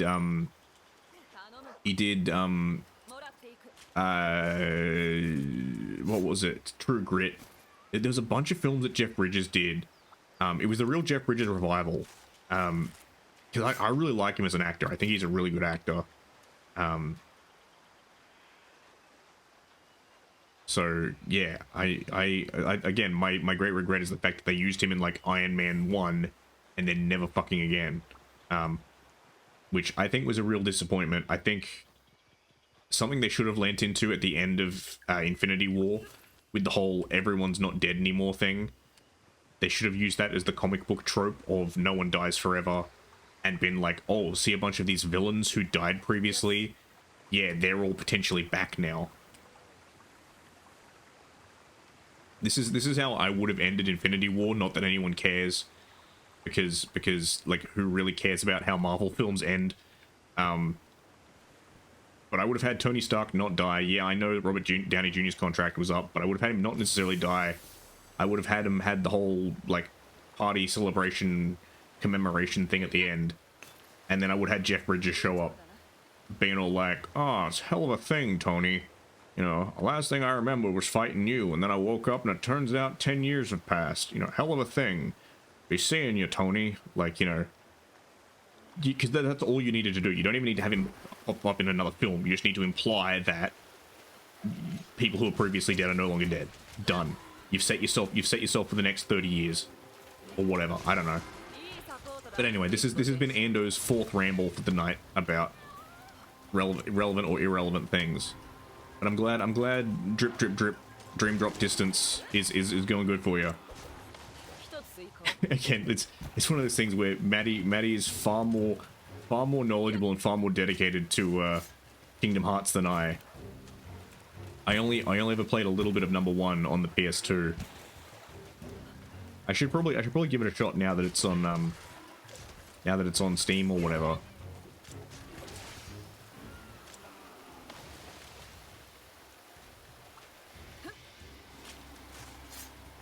But yeah, it's one of those things, I don't know, I found that, yeah, it's a little bit like Skyrim though. Like there's a couple of those games where I think Sins talked about this as well, I know other people talked about this, where it's a little bit intimidating to get into if you've never played them before, because it's like, people are going to come in and be like, have you done this yet? And it's like, no, please excuse me, I don't actually know what I'm doing.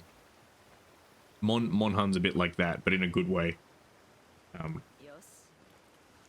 Because people aren't usually too bad with Monhun, at least so far. It's also one of the reasons why I don't play anything like Valorant or like Apex or anything on stream. Because I don't want people who just come in and be like, oh, Turtle is bad at game. And I'm like, yes, I know Turtle is bad at game. You don't need to tell me this, I live with it.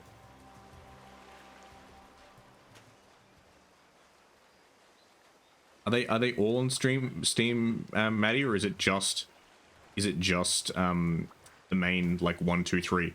Oh hell yeah, they got the swordfish. I don't know why there are swordfish living in a tropical river, but let's fucking get them. It's fishing time. Ando loves his fishing. Give me that. Give me that. Give me that fish. Get here. Get here. Give me that. Yes.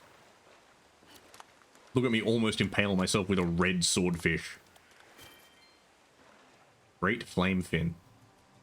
Not just a good flame fin, a great flame fin. Mike returns with 10:30 PM tacos. Nice. Alright, Mike, you need to explain to me what is Masaharina? Ow. Damn it. Now I have a minute to fish before all of them on Steam except for the rhythm game. Excellent. Great. That's perfect for me because Ando is garbage at rhythm games. I love that caveat, Maddie, of like all of them are on Steam except for like half of them. But aside from that, all of them are on Steam. Cutscene movies, let's fucking go. What did we get? What did we get? We got sushi fish. I wonder what. Oh, give me eyeball. Give me eyeball, lad. Give me eyeball, lad. Come on, come on, come on. Give me them balls. Give me them balls. Yeah, look at this boy. Scatterfish. All right, give me another swordfish. Give me another swordfish. Give me another swordfish. Another swordfish. Come on, come on, come on, come on. We've got 10 seconds left. Yes, get in, son. Damn it. I don't think we got that fish. I don't think we got that fish.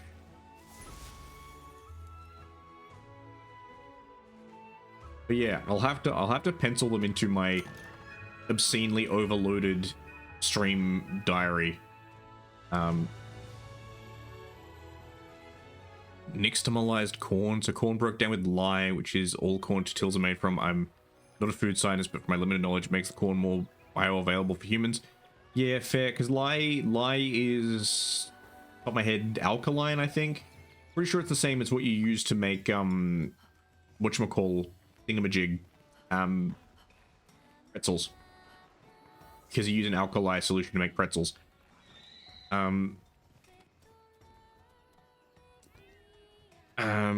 Yeah, so September this year. September is when Space Marine 2 comes out. So August is going to be me, like, marathoning Space Marine stuff. So it's probably going to be Space Marine 1 and Bolt Gun to marathon those so I can then play Space Marine 2. There's also Dredge expansion coming out next month, depending on how big it is. I think it'll be maybe a stream, maybe 2. I don't think it should be too big because I've finished the rest of the game. I've got a lot of things I want to do. There's some other ones. I'm not sure if I will finish another Crab's Treasure on stream just because that game kind of tends to drag a bit. It's fun, but it's slow. I need to finish Armored Core 6. See, you can see Ando's bad at planning things. I need to finish Pacific Drive. Oh, actually, I'm probably going to play Pacific Drive off stream for a little bit just because I fucked up last stream and lost a bunch of stuff. And I don't want to stream me just getting resources. So I might do a little bit of that. I know it's one of the tricky things because I don't like doing stuff off stream. But anyway. Is Space Marine the multiplayer squad combat one? Sort of. It did have that in multiplayer. But it was the one that was single player campaign where you played as Captain Titus. I can't really do his voice. I'm so sad. So the first game he's voiced by Mark Strong, the British actor, and he does a great job of it, but they didn't get him back for the second one. I don't know if they asked him to or not, but the second one you can clearly tell the guy's trying to do a Mark Strong impression, but he can't do it. So it's kind of like, it's not quite there. The voice acting in number 2 doesn't seem as good. Yeah, no, I get that, Maddie. For me, sometimes it's vibes. Like, the reason why I stopped with Armored Core was just because I got a bit worn out from, like, life. And so it was kind of a case of, like, I am not awake enough and mentally functioning enough to play Armored Core on stream. Because it's the same with another Crab's Treasure. Sometimes it's just really, like, I need to be locked in on this game. And if I'm not, it's not a good stream. So yeah, there's some stuff there. And there are some games that there are some games I've abandoned. I found like Armored Core isn't as bad, but it's still one of those things where it's a bit yeah, life does find a way to wear you down. And like there are some games I have abandoned. There are some games I've done some streams on and been like, yeah, this is not a streaming game. Like there are some games I just go, look, this is not a game I can stream well. What's it called? War Tales. War Tales is one. I did 2 streams of it, and I'm just not good at it, which means that I constantly just die and return to the starting area, and it's like, cool, here's my new warband.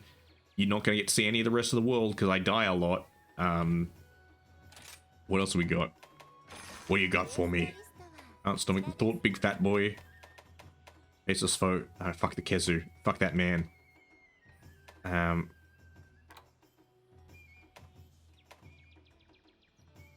Yeah, let's go fight this. The Barrow. Much stayed.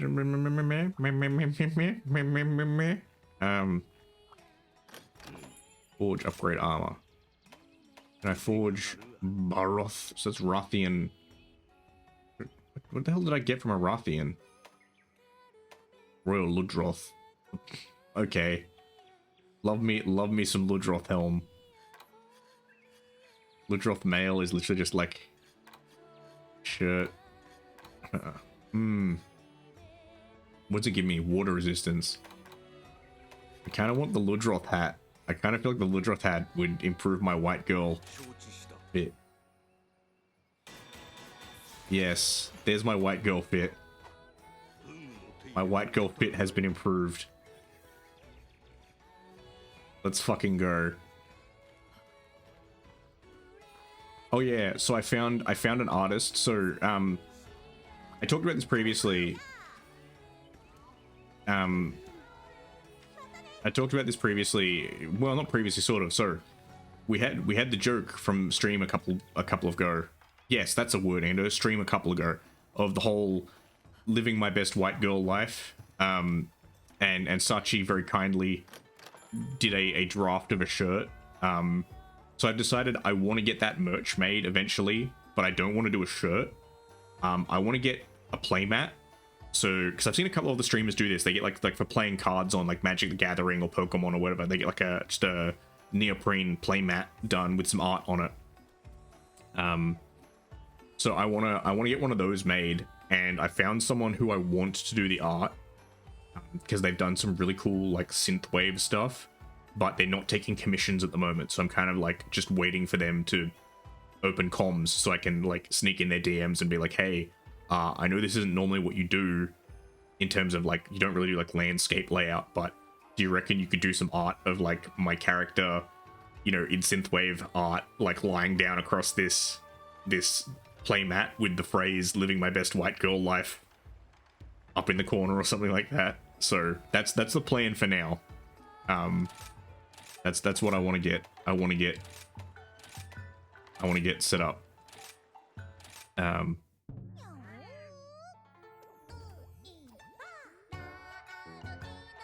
Dango time.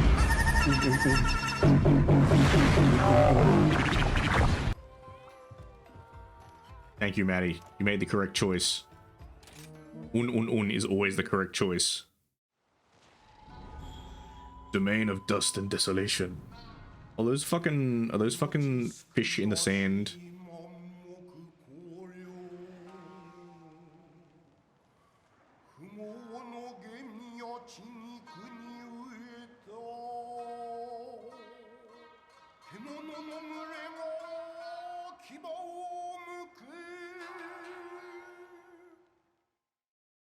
I'll be honest with you, Mike. Well, actually, two things. So, when it comes to like artists and stuff, I don't really fuss too much. Like, if I'm paying an artist, I'm like, I don't care if the artist knows my real name. Like, I doubt artists are really gonna care too much.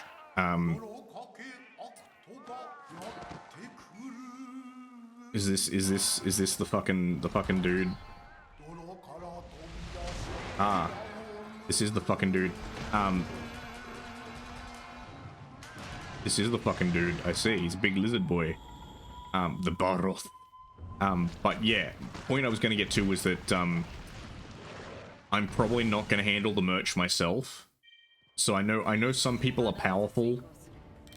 Some people are powerful and like order merch and then handle all of that themselves. I work a 9 to 5, so I can't really do that. So I was going to use one of the various vendor services that are out there. There's a couple that seem pretty good, in that they are very much like, hey, like, you know, sure, they take a cut of it or whatever, but it's like they're basically just like a, hey, we manage all the shipping and everything. I think like Mosobox and stuff like that is probably what I'm gonna have, like Mosobox or like Uwu Market or something is what I'm gonna have a look at.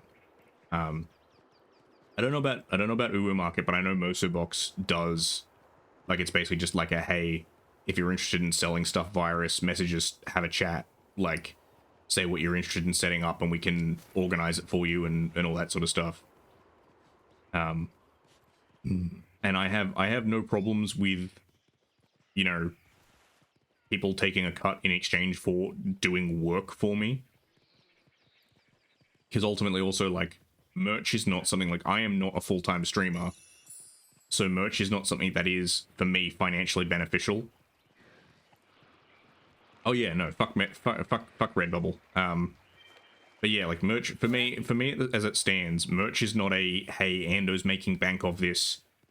Like, Ando should make all the money because Ando needs to make the money to feed his family, to feed his 500 Discord kittens, and 1 Discord Kraken. No. Like, for me, merch at the moment is purely a, I do it for the kids. You know, if I did bother to do it, it's purely for the kids. It's purely so I can be like, hey, here's something funny you can enjoy. Enjoy my meme.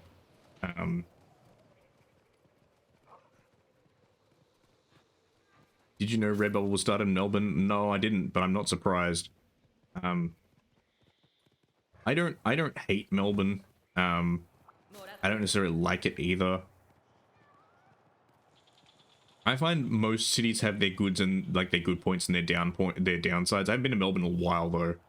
I've been meaning for years to go to Melbourne so I can visit the archives because I have research I want to do, but I'm lazy and there's only so much time that one has nowadays. But secret tunnel.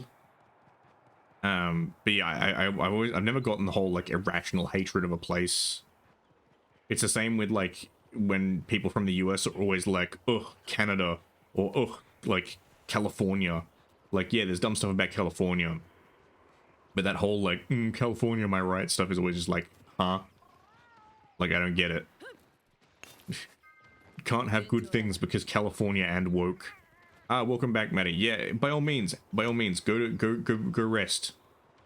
You've been working hard on stream. I'll see you Friday. I will endeavor to have a good rest of stream.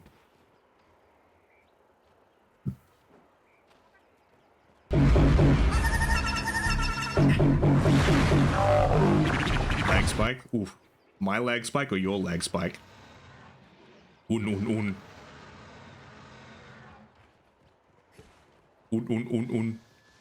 Yeah, I'm kind of with you, Mike. Like, I'll meme on it, but generally speaking, I'm not really in a position of, like, oh, I fucking hate this place. I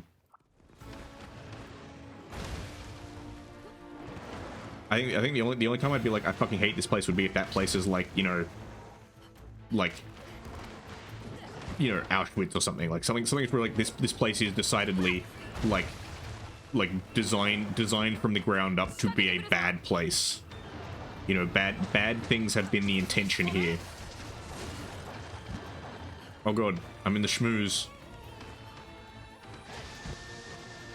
Ooh, he's got that steam coming out of him. Hey, Angie. Bonk, bonk. Ooh.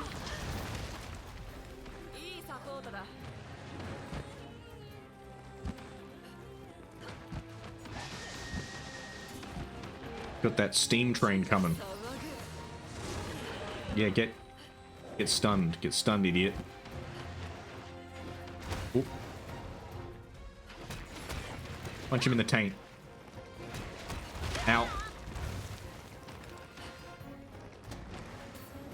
Yeah. I don't know. I'm not gonna lie. So I haven't been to Dubai. It is a bit off-putting. The one I wouldn't say I hate it, but I'm just has Sword and Shield been treating me? Sword and Shield's been treating me pretty good. I still like Hammer. I got put off Hammer a little bit because I tried to use it on Ikezu and just couldn't finish the job. I feel like Sword and Shield is just a little bit more versatile because I can usually get, like, some hits off and then dodge. But yeah, no, I've been enjoying the Sword and Shield. Oof, chomp. I've been enjoying it. It combos well is what I'm liking. Oop. Ow, damn it. I got locked. I got locked in my my combo cycle.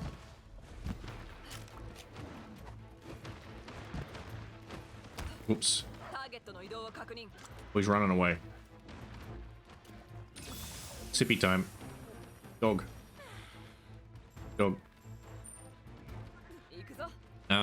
Yeah, Dubai is weird. I wouldn't say I hate it, but the one that annoys me is the whole Saudi Arabia thing that they're doing with the whole, what's it called, Neom or whatever. The whole linear city thing, because linear cities are nonsense. We've known they're nonsense for years, and they're still doing it, and it's all like weirdly, like,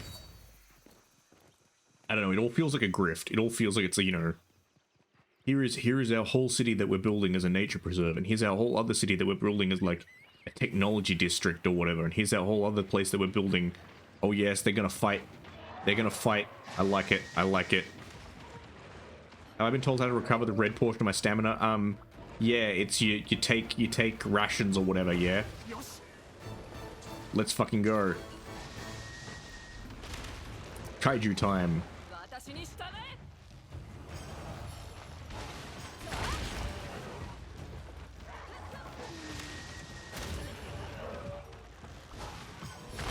There we fucking go.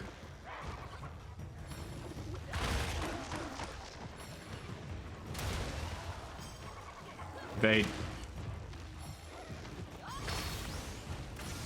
Punish him. 完璧だ。 Yes, let's fucking go.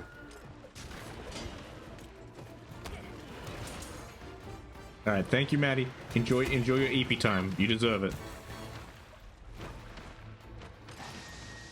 See, now that's a film I would pay good money to see, Avatar. Give me the Dino Rider cinematic universe. Oh yeah, actually, that's the thing I didn't know. So apparently the next Transformers movie is a G.I. Joe crossover.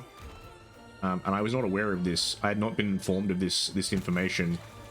Because I hadn't watched Rise of the Beast. Damn it, that boy ran away. 追跡に移る。 I hadn't watched Rise of the Beast, so I didn't know about the post-credit scene. And I'm both kind of like, this will probably be terrible, but I kind of want it to not be terrible. Because the G.I. Joe crossovers in the comics weren't actually that bad. Come here, Barros.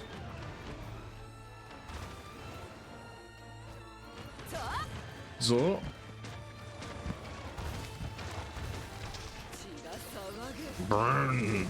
Ow. Oh, Oh, ow. Oh, oh, oh. I want to get free. I want to get free. I want to get out. Damn it. Yeah. Bakana. That's what I was a bit worried about. Oh well. Getting stomped after getting stun locked. Oof. Yeah, that happens sometimes. それ。 But yeah, like Dino Riders was a franchise that barely had a TV series as it was. But fucking give me that Dino Riders movie. Actually it's one actually see whoop. That's the other thing. So September is also when Bot Wars version 3 comes out. So I know most people nowadays are like, don't pre-order anything, but I really like Traders Galaxy. I think they're a good company. They're a small company. And like, it's very much the reason why they do a pre-order is it's さあかかれ。 so we get numbers, so we know how much to make, so we don't like over or underproduce. Like it's because they're actually delivering a physical product. It's not like companies on Steam or whatever being like, pre-order to get this useless cosmetic. But yeah, the reason why I'm saying that is one of the factions in Bot War, the Red Star Nation, are basically Dino Riders. They're Soviet cyborg dinosaurs, which I think is rad. Yeah, give me them swordfish. Give me them swordfish. 食ってみせる。 Actually, so this is the thing. I want to poll you all for ideas, right? What is your idea for like a film, like making a film in a genre that you wouldn't expect, right? Because I pitched this one to some friends years ago, and they were like, "Ando, you're a fucking idiot," and I'm like, "No, you're wrong. This would be a great idea." But I was saying like a Transformers film, but make it a horror movie, right? Write it from the perspective of the humans, and make the whole point Like, you know, the fact that giant cars turning into robots, or cars turning into giant robots, you know, some of which are basically genocidal and want to wipe out organic life, you know, would be kind of scary. Because there's a bit that they do that in All Hail Megatron, one of the comic arcs. 釣ってみせる There's the bit where the Decepticons attack New York, and it's like people running from Decepticons being like, there's the army, we'll be safe there, and then all the tanks transform into like Decepticons and start killing people, and they're like, oh no, run down into the subway, and then a train shows up and the train's Astro Train and just again winds up just killing people, sort of thing. Why have I suddenly gotten bad at fishing? I feel like as a horror movie you could make it work.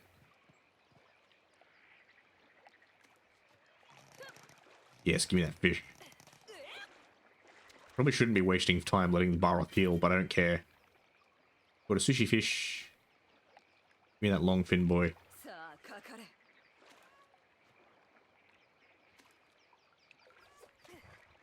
I love games like this that let you fish.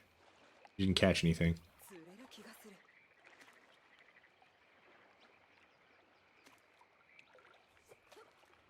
Why did I not catch it? My controller was vibrating. 釣ってみせる That's usually the signal for reel it in.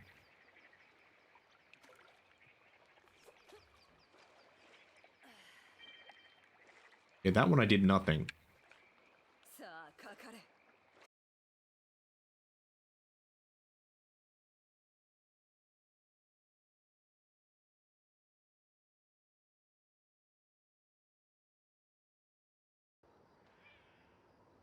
Okay, we are back. We have returned. We have returned. The communication error was successfully defeated, I think. Let me just sort out some things real fast.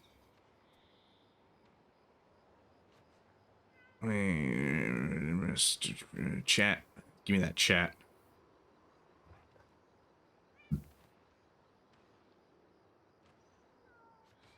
You do need to fish more, Avatar. Okay, I hope this communication error hasn't fucked me over. Because I got that when I was fighting against the Kezu. And I may be wrong. But I feel like the disconnect during the Kezu fight reset like all my damage I'd done to him. 調査する Because I had that boy wounded and then he just would not fucking die.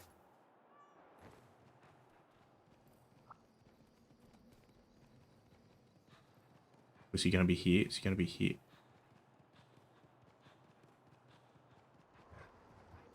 I have no idea how to navigate this map. This is the problem.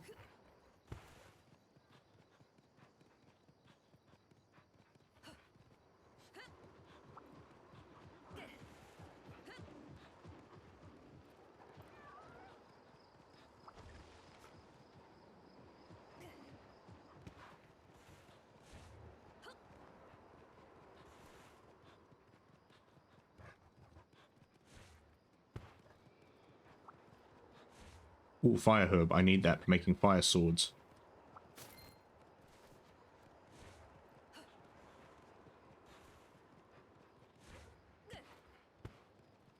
Dog. Ascend, dog.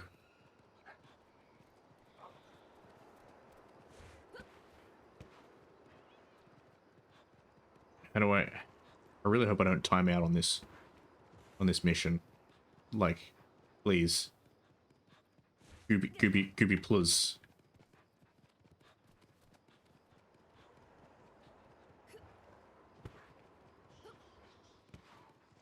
Okay, big ugly chicken. Ooh, is that a...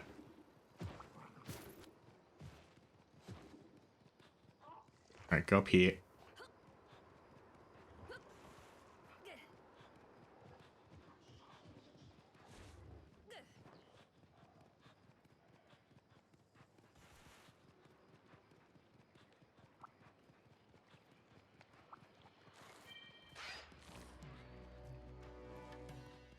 Okay, we got the soundtrack back. That's good, I think. I really don't know how to navigate this map. It's like my first time here and I have no idea what the fuck's going on. I'm glad the dog has infinite stamina. Oof, Bloob not looking so good. Bloob looking kind of rough. Not gonna lie, he's not liking the Baroth. Alright, where is it? There it is. It's getting angry. Whoop, he ran away. Fuck you, Baroth. Son of a bitch. 行くぞ Come back here. Come back here.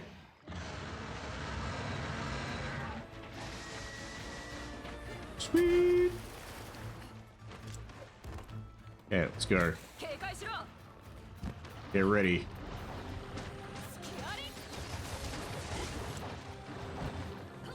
Oop. I'm in the schmooze. Out. Best and cheap viewers on Get Fucked. Oh. Just keep him distracted for a hot second. I've just got to ban this guy. Pick on out. This is kind of a little bit frustrating about how there is no pause in Monster Hunter.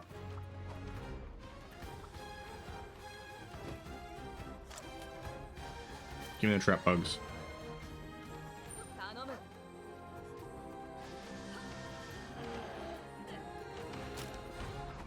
Fuck you. Fuck you.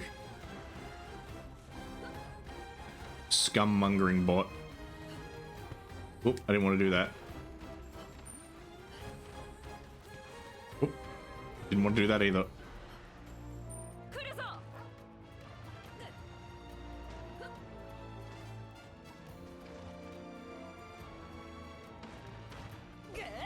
Oh, I landed short.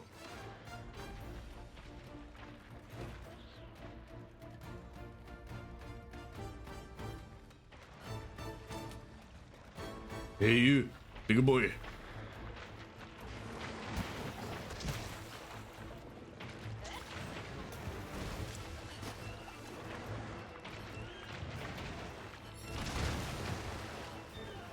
血が騒ぐ Yeah, get... Plap, plap, plap, get stunned, get stunned, get stunned.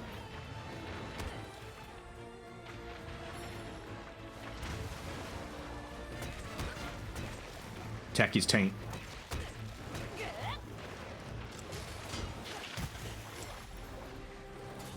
He's just like a big doggo, he's just rolling on his back. 仕掛けてくるぞ Give me that material. もらった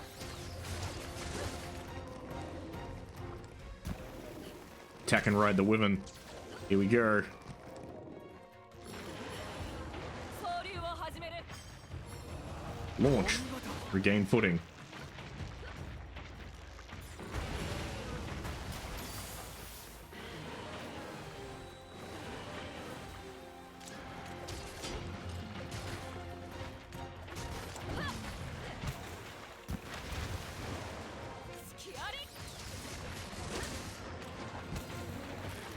Oop.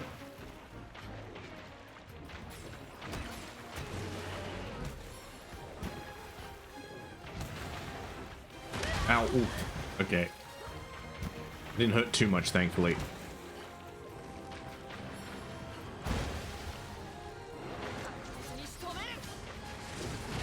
Ow. Ow.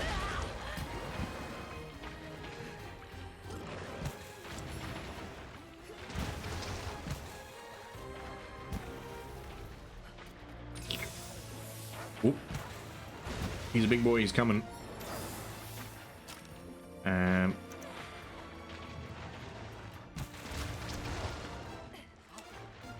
Num num action.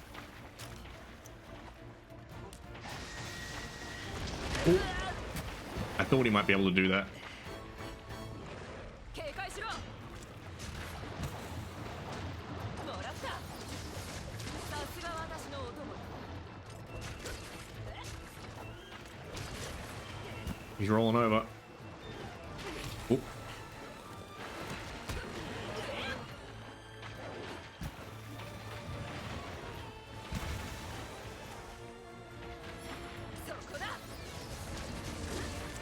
There we go. He's running. 逃がすものか。行くぞ。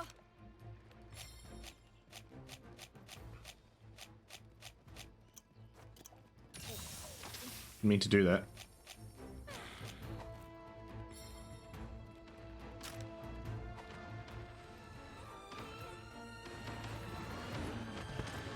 Oh.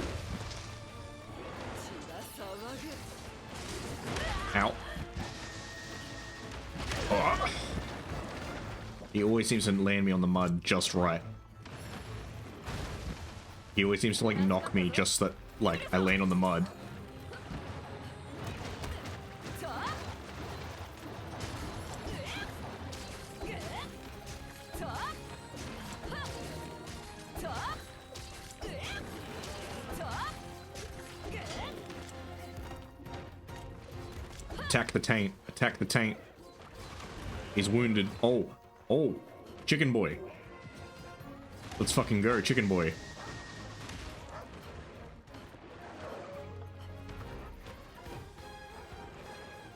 Let's fucking go. Turkey button. もらった。 Yeah, there we fucking go.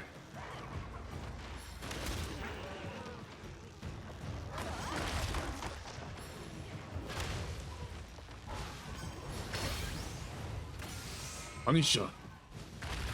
Let's fucking go. 総流遂行。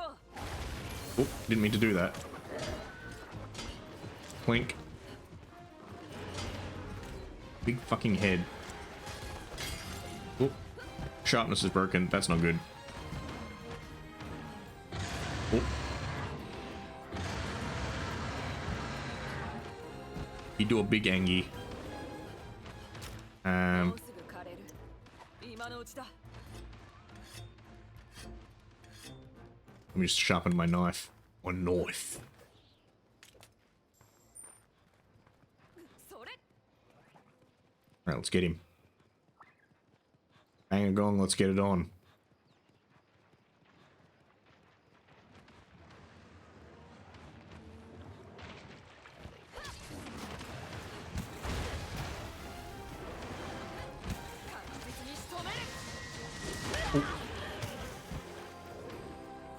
We were in the sauce a little bit too long.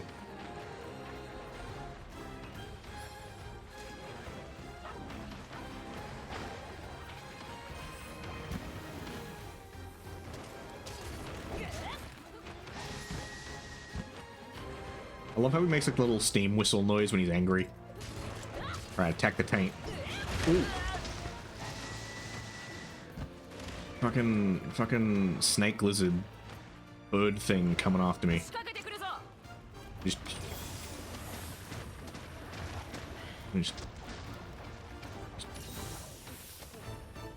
potion. Alright, there we go. Oh, didn't mean to do that.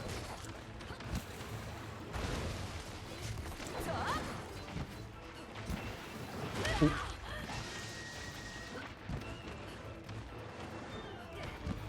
そこだ。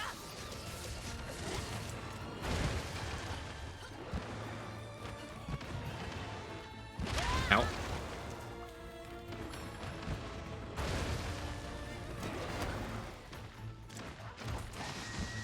The Angie. There we go. Right in the taint. Attack the weak spot. A little bit worried that this guy might be bullshit like the Kezu, but he was not. He was not, and I was able to obtain all of his material.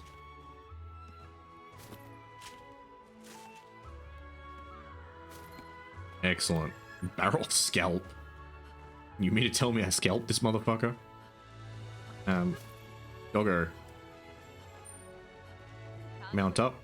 Let's get some material.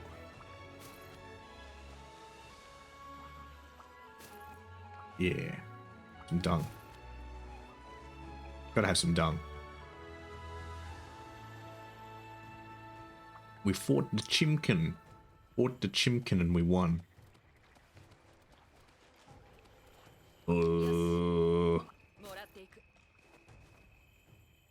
Yeah. Look at us. Look how white we are. 目標達成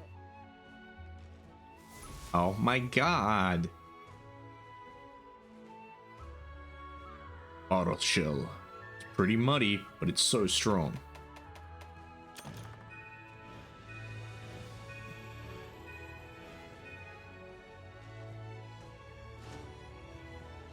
I've unlocked something new. Oh, I am in my white girl era. I'm living my best white girl life. Hopefully soon there'll be merch for it, depending on how soon the artist I want to do it opens commissions again. Alright.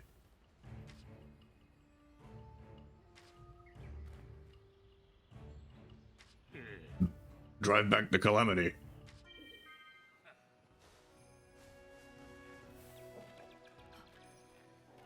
It's here, Kita. Omyo. Wait, can I? Chainmail. Defense 4. What's my current? My current is. Currently have Logombi. Droth. Hell's Droth? Droth mail. Alloy.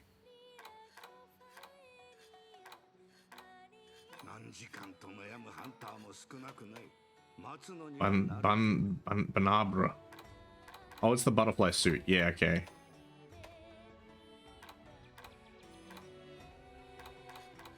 Huh.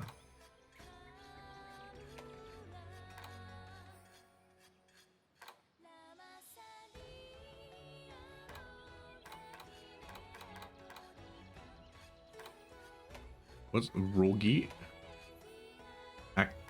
Aknotsum. What's my current? So I've currently got the Ludroth hat, which is 18. Very nice, very nice. I might actually transition over to Ludroth armor because it's really good. Baroth armor 18. Ooh.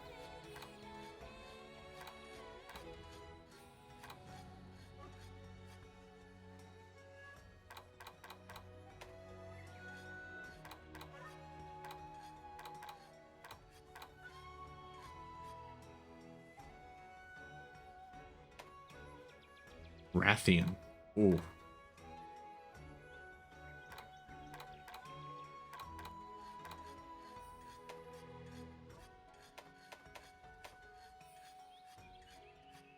I might... This is tough. This is tough because I want... Like, the drip factor is important. I want the drip, but at the same time, I would like armor that's actually good. I might... Oh, I can't get the puffer vest. Sag. Oh, and I don't have the claws to make the fucking cowboy chaps. Sag.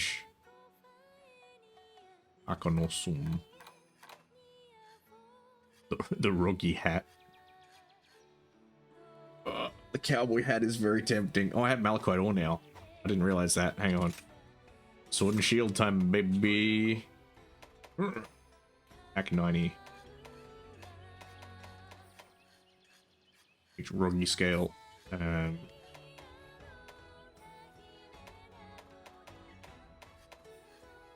make ice. The ore tree. I can upgrade. That's what I currently have equipped. Damn, I need more malachite.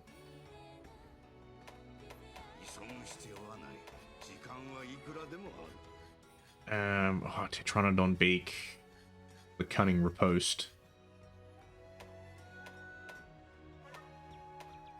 Can make the sleepy sword.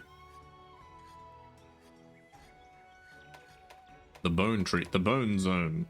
Welcome to the bone zone. What else is in the bone zone? We have the sickle. Banabra tree.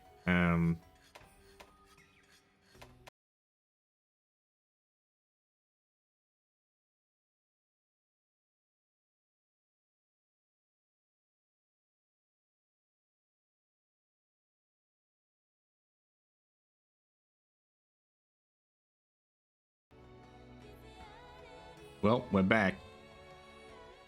This is bullshit. Let me restart chat. Docs. Give me that chat. I have returned to you. Even though my bitrate is apparently unstable. Lies and slander. Anyway, I don't know what I'm currently going to do in terms of equipment, but that's okay. Actually, question mark. So the ore tree gets me just the really big katana. The bone zone. Oh wait, the Rathion tree. So I can build it into like a really cool dragon katana. The bone zone. The bone scythe tree. Okay.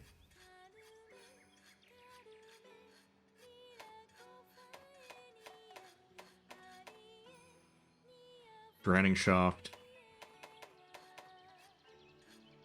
Zuros Naginata. Okay. Interesting. I'm interested. Actually, the bonk tree. So the ore tree. So the Azuros tree. Unbearable hammer, you. I can't believe you've done this. Can't believe you've fucking done this.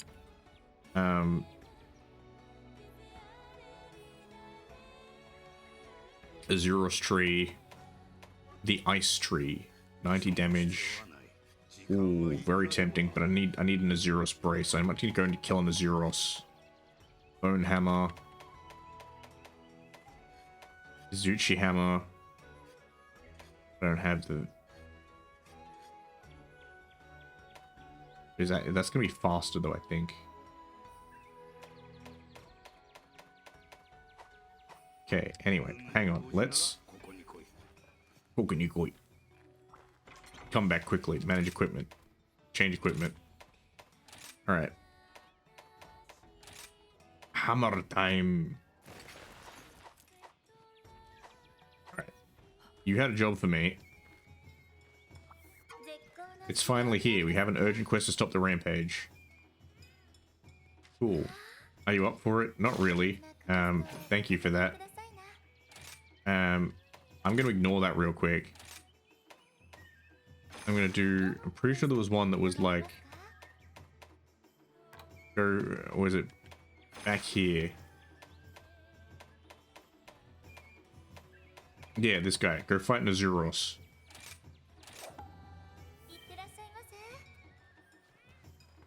Alright, let's go. Let's go fight this Azuros so I can get the parts so I can make the bear hammer.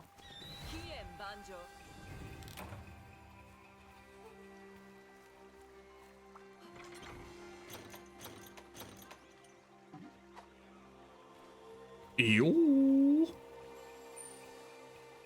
Alright, let's go and let's hope that Ando choosing the hammer was not a mistake. I do still kind of like the hammer. Like it's an enjoyable piece of equipment. It's just very slow compared to the shield and the sword.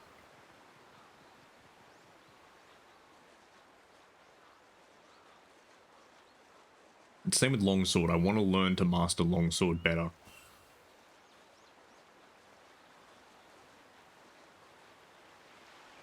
Particularly for some of the more late game stuff, because I like being flexible. I like being able to be like, hey, I can flex in the team if I'm playing multiplayer. Man, I really gotta sort out this disconnect issue. Because sometimes it happens and sometimes it doesn't. It's really frustrating. Like last week made sense. Last week we had a massive disconnect because I lost internet. Like my whole house lost internet.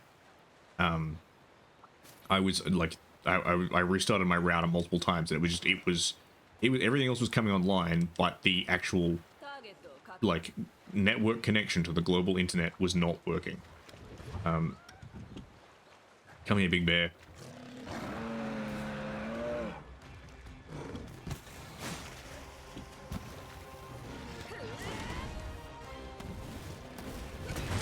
Oh.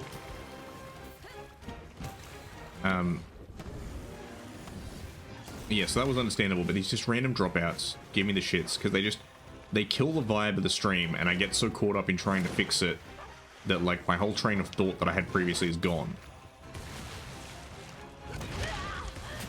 Okay. Oh. I really need to get better at judging the range on the hammer. Oh.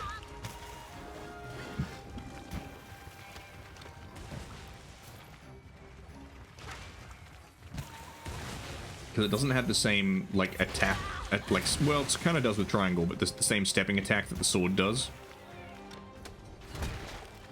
仕掛けてくるぞ。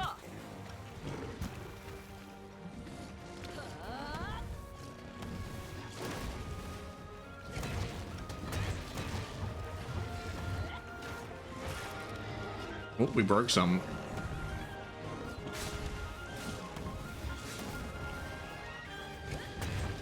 Oh, いいサポートだ。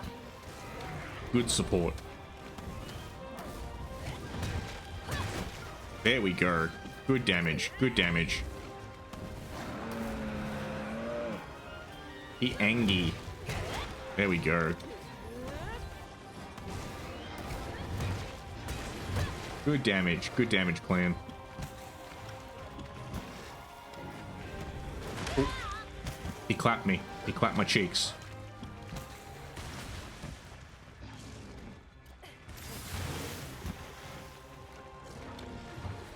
Oh. He's giving me the butt. Oh, I missed.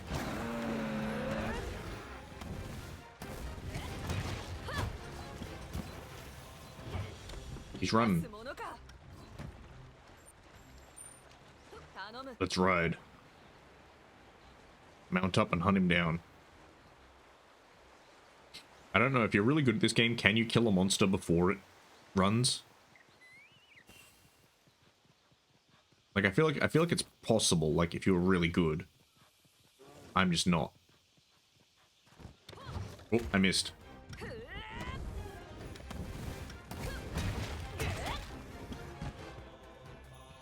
ここで倒す。 And get wrecked.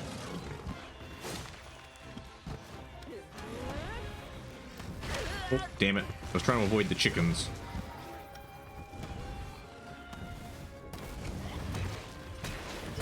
There we go.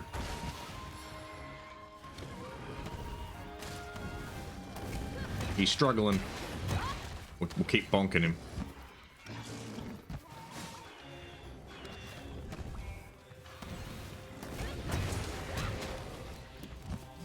Our prey is weak, ripe for the capture. ターゲットの移動を確認。 Let's just bonk these chickens.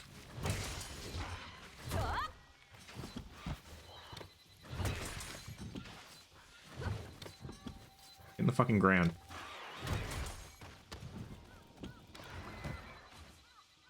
Misamika is Izuchi.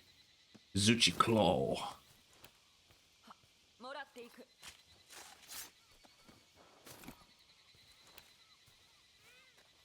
Right, dog, let's go. それ。 Where's he going? He's going all the way up the top, by the looks of it.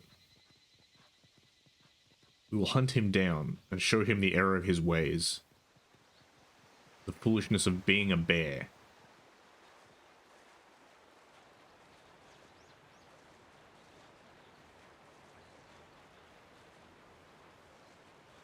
Secret tunnel. Secret tunnel. Through the mountain.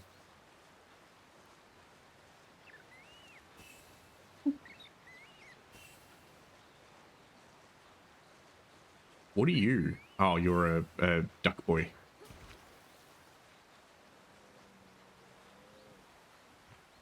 Z, z, z, oh, z. There we go. Oh.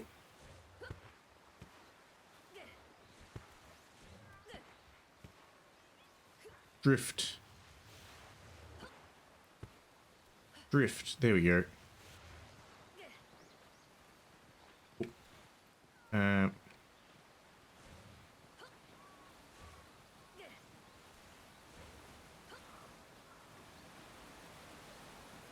I wish I was this good at running up walls. Oh, give me that snake. Give me that snake.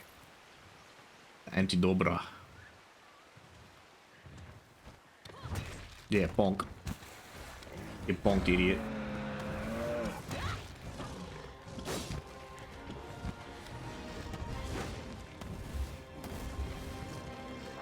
Oh.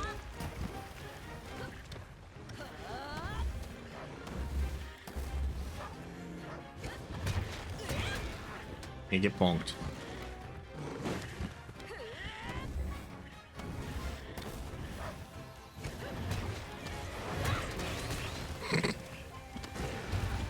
Absolutely fucked those little dudes. Absolutely ruined them. We'll all be ruined.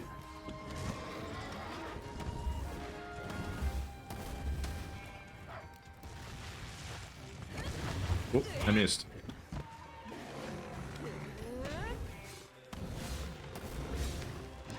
Oh. Thought it was 3, didn't think it was 4. Let me just...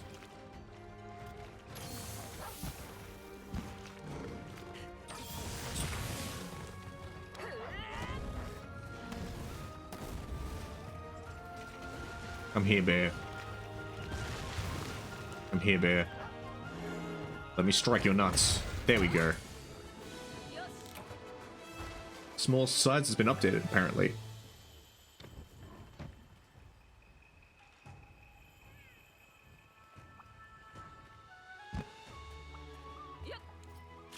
Alright, give me those parts I need, in theory, so I can make the big bear hammer. 0 shell. 0 shell. Okay, damn it. I don't know if that was the thing I needed. Maybe did I need shell or did I need bracer? I can't remember.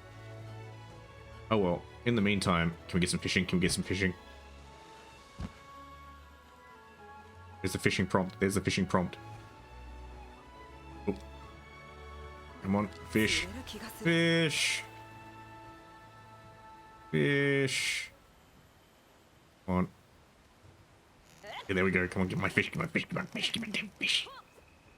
It's my fish. Oh. We're so wet. I built this really tough looking girl, and now I just dress her up as like the most like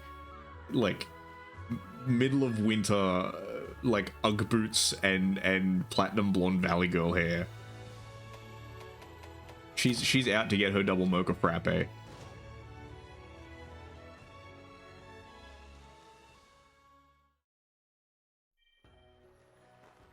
I know someone in Kimura Village wants to talk to me, but I don't want to talk to them. Alright, can you make me the bear hammer? Nondo.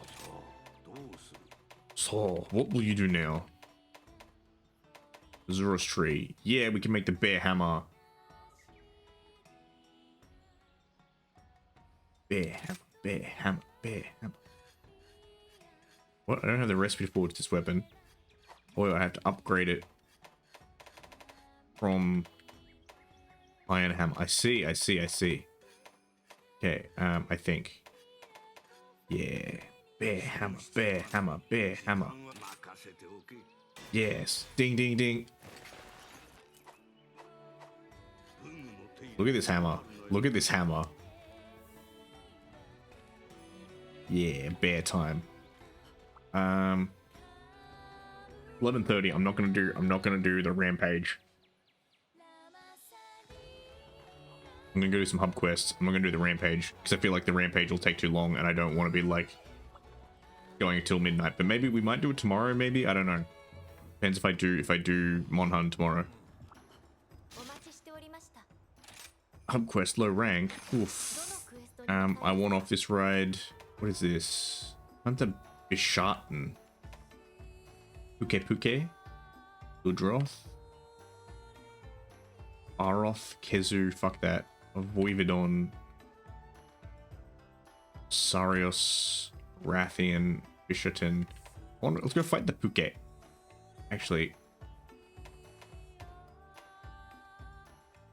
What else we got? Dead Ringer. Ooh, interesting. We did that one, huh? What's up quest with you? Dawn of the Kestodon. Play 20 Kestodon. Play total of 20 Jagras or Lodroth. Hunter Lagombi and a Tetranodon. 迷っておられますか？私も Yeah. よく食事の献立で迷うことがありまして。 Jumped in Frost Islands. Grizzly Encounter. Oh, that was... I should have done that one because that would have gotten me thinking off the beaten path. Topic hooligans. Let's go fight this guy. いってらっしゃいませ。 Go get some things. Let's go get some dango.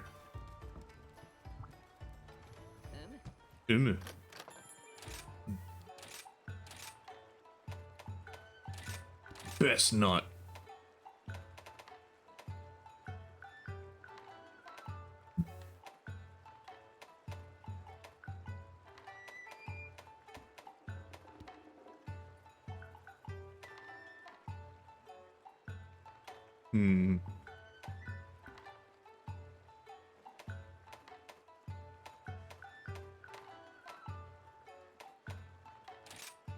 Sure. I kind of wish there was one that was like better for melee, like bludgeon weapons. Because like you still need to sharpen hammers, but it's not as big of a deal in my opinion. クエストを開始する。 Release the bird. Time limit 50 minutes.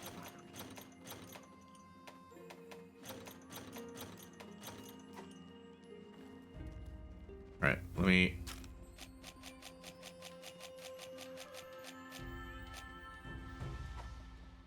First aid med. Okay, I misread there's mega. I was like... That seems like a very high quality first aid med. I don't know if I need to eat those. My big hammer. I'm still kind of mad that it doesn't unfold like my my old hammer did. The Kimura hammer, I kind of want to work on upgrading because I love how the fact that it just like turns into a giant grappling hook pickaxe thing. Ooh, what are you? Rock lizard. Oh, burb. Belly crow. Burb. I like make friend with burb.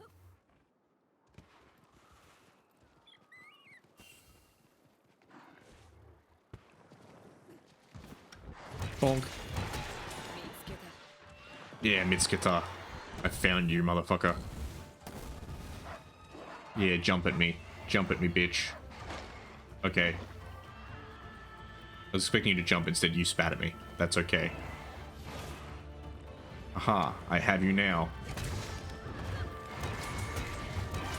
Okay, I got the little one, but that's okay.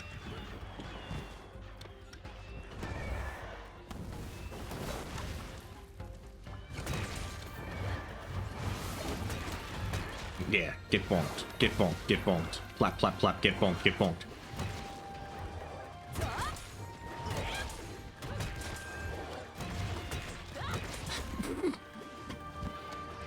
Get that guy on the ground and just start wailing on his head. Oh, Jesus. Oh, here it comes. Wow, okay, that was a spin.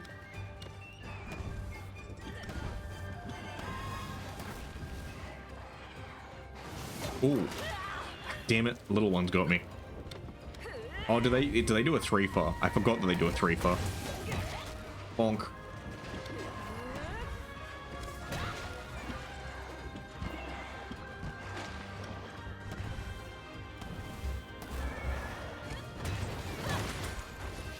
That's right. Get bonked. Get bonked. Get fucking bonked.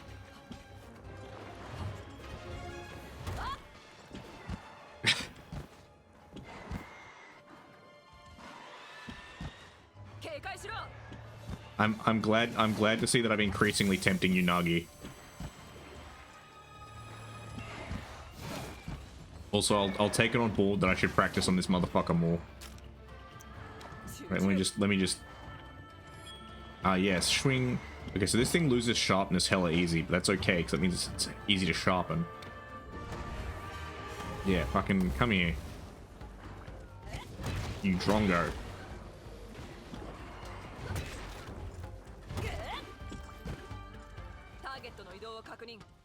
He's running away like a bitch. How you doing, Nagi? Aside from wanting to play Monhun more. When I was saying this earlier, you may have in fact been around for it. Whoops. That Ando presses the wrong buttons a lot. No, it's the fact that, like, Monhun's really good because there are other lulls in action like this, where I can, like, talk about things and be like, how you doing? And ramble on whatever the hell Ando wants to ramble about. But then I can actually, like, jump on in and be like, hey, it's combat time now. Oops, that's not the thing I wanted to fight. Oh. Where's the dude? Where's the dude? Yeah, exactly. Oh, there we go. There we go. It's combat time.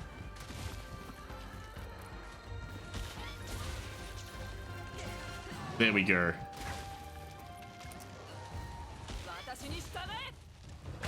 There we go. Cool. Launched.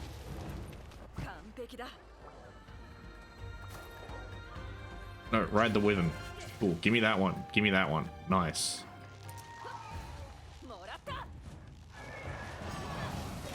Oh.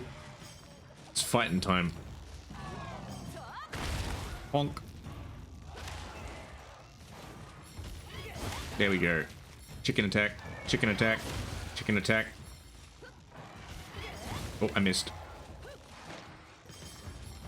Chicken attack. Chicken attack. Chicken attack. There we go. I get another chicken attack. Very good. I give him the Punisher.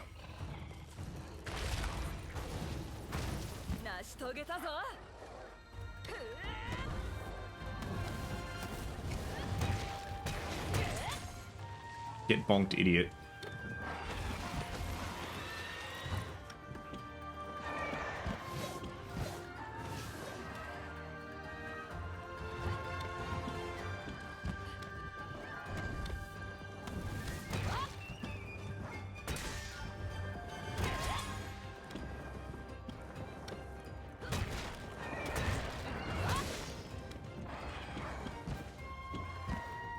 I will say I really like the design of the Isuzuchi, or how you're supposed to pronounce it.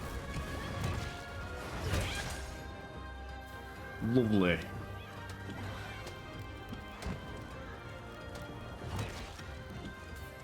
This man really does not like being on the receiving end of hammers.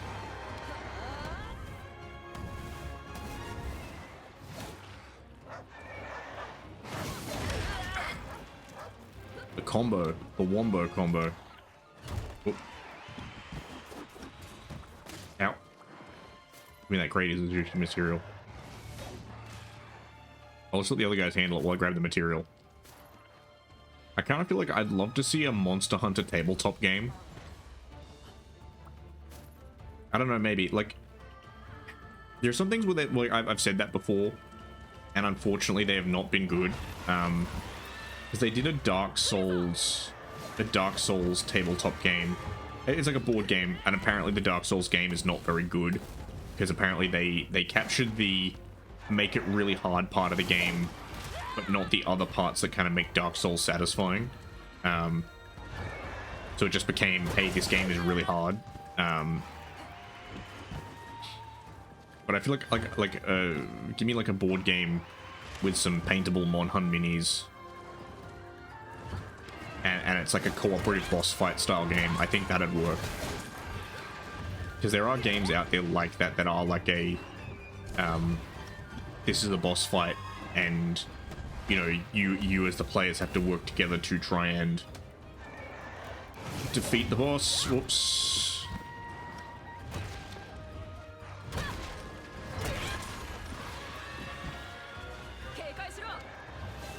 The small chickens are frustrating me. Did you see that guy fucking, like, pivot axially around the space of his own neck?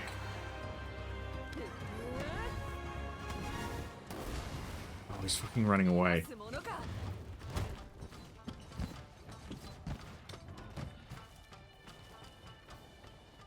What a bitch.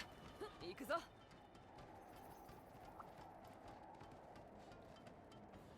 Just take a little sippy while we're running. Give me some shrooms. よし。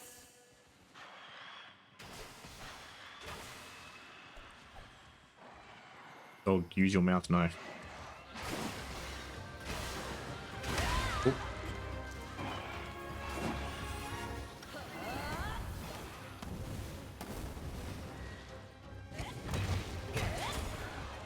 Nice.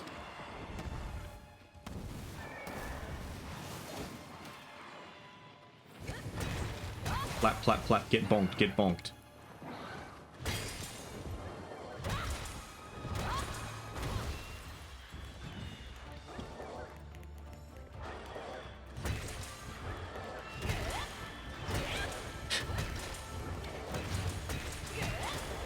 I want to use this on other monsters now. Just like get them on the ground and just be like bonk, bonk, bonk. Hang on. Oh. He's getting. Oh. 仕掛けてくるぞ。 Yeah, get stuck in the ground. Hang on. Sharpen. ついでに冷静。 No, no, no. I didn't want to sharpen there. God damn it.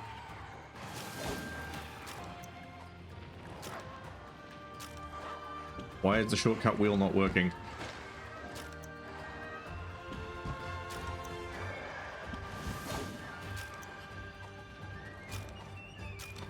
There we go. There we go. There we go. We're sharp. Oh yeah, they're definitely meaty Nagi. I'm very much appreciating the impact, I guess you could say. Well, of course the impact.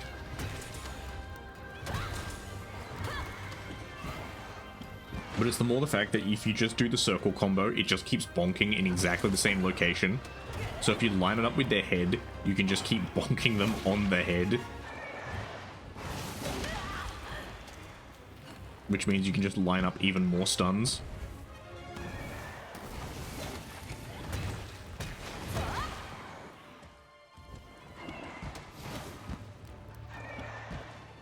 Yeah, it's definitely mean.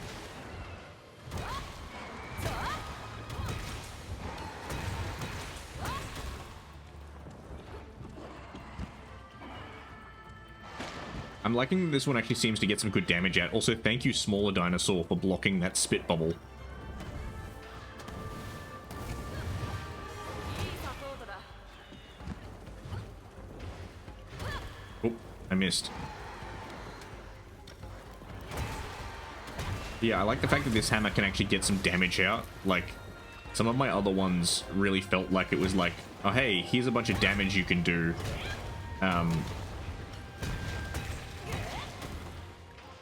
But only if, like, you get that combo blow, like, 5 combos in. This man running away from me again. Get that material and get this boy. Me. Get the minerals. えいや。 Yeah, mining time. Right. Dog. それ。 Autobots roll out.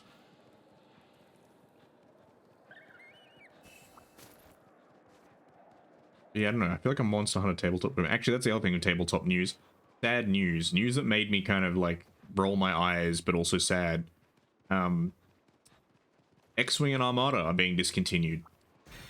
So I used to play X-Wing quite a bit. So, Ando story time. Ando used to work at Games Workshop for a brief period. Before Games Workshop were like, hey, we're not going to hire casuals anymore. And then afterwards, I'd still like hang out with people I worked with, and we'd play like tabletop stuff. And for a while we got into X-Wing, and that was a lot of fun. You know, we'd have games night with the boys. We'd play X-Wing, and it would just be a good old time. Now, you know, life moved on, and you know, we kind of drifted apart a bit because of work and stuff like that. You know, that happens. And I still kind of enjoyed X-Wing. I played it with some other friends a little bit. But I kind of fell off when 2nd edition dropped. Because they made some changes to the game that I was a bit like, on. but I still kind of respected the game. I thought it was good. I used to kind of like occasionally stick my head in and be like, what have they changed about the game? What's going on with it now? And so originally the game was created and managed by Fantasy Flight Games, who are pretty good. They've managed quite a few games. They did the old Warhammer Dark Heresy RPG before the license expired, things like that. And I don't know if the license expired. I don't know what the full deal was. But they, back a couple of years ago, they were like, hey, we won't be managing this game anymore. We're handing over to Atomic Mass Studios, which was another game studio. I'd been told that it was like they were in the same like conglomerate of like games developers. Like it was a, hey, we're handing it over internally so we can work on other things, but I don't really know what the true story was. But basically, yeah, so I'd heard mixed things about how Atomic had handled it.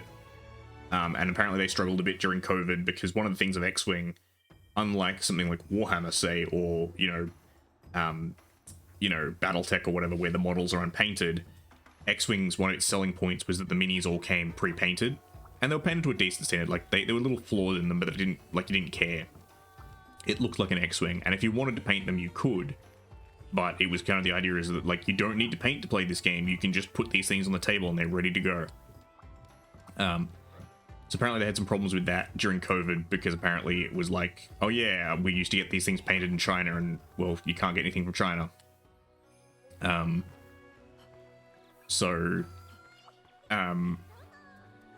Yeah, so things got a bit weird.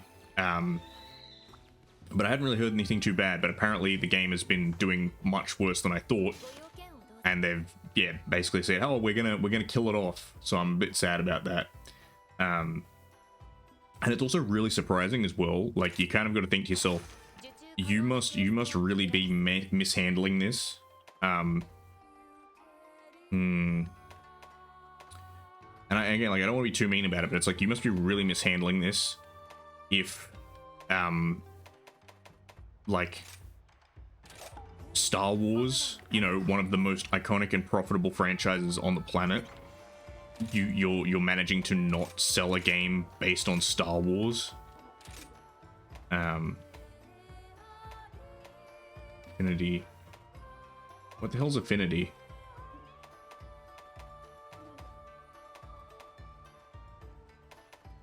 I'm gonna try this boy out. I can always swap out if I don't like it.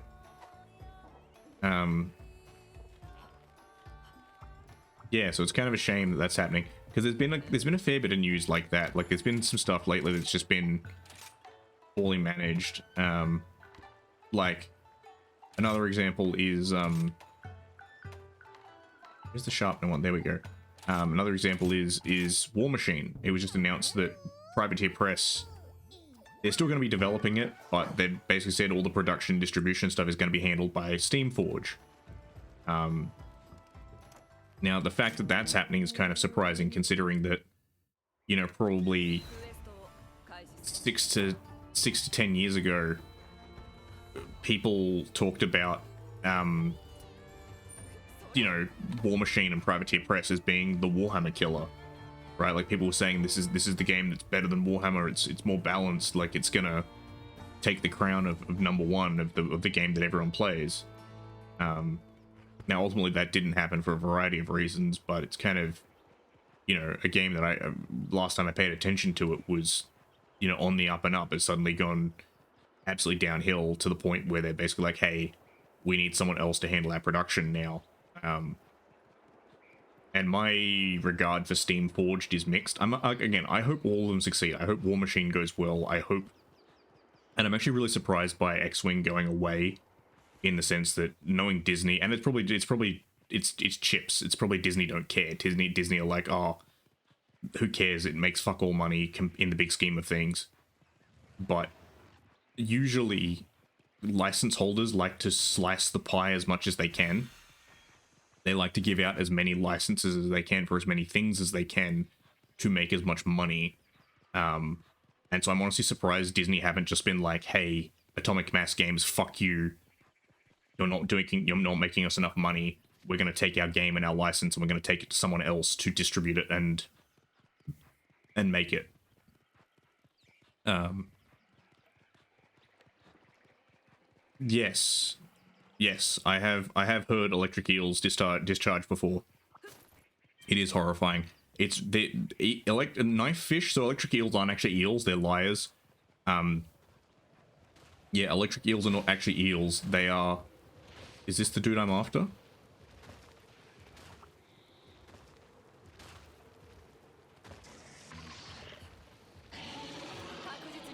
Is this the Puke? Oh, he farted at me.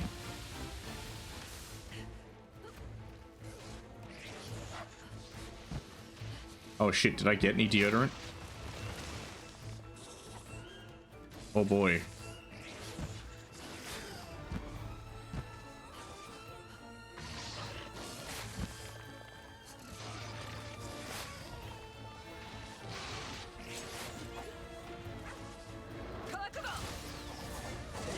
Is this even the Puke? Is this even the guy I'm supposed to be fighting?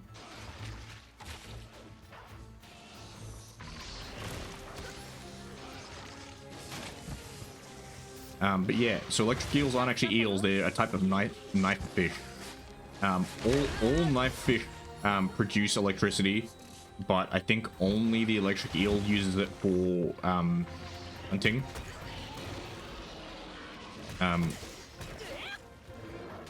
A lot of them mainly use it for navigation and communication. I'm just gonna do a little bit of a silly. Just gonna go back to camp because I think I didn't collect all my shit. But yeah, it's interesting. So electric eels are the only member of their family, as far as I'm aware, that use it directly for hunting as an offensive weapon. Again, I'm pretty sure other knife fish use it for detecting prey, but they don't actually use it to shock things. The one that's interesting is convergent evolution has resulted in other aquatic animals that do it, namely torpedo rays. They also generate an electric shock, and again, like an electric eel, they can generate enough electricity to kill a human.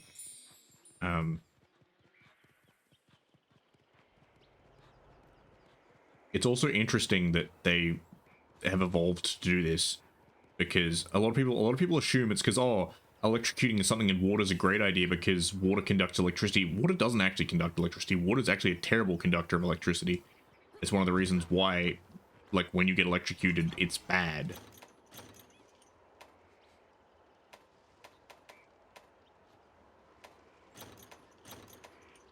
They didn't give me deodorant.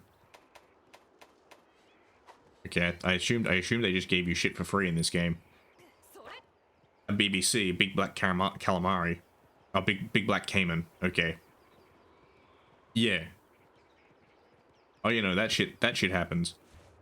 I'm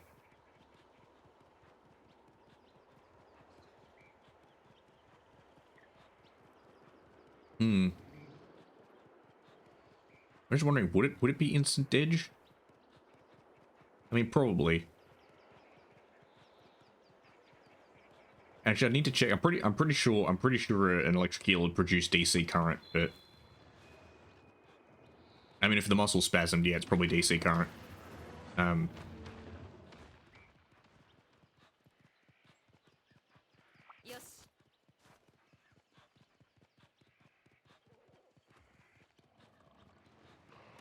Are you the Puke? I think you're the Puke.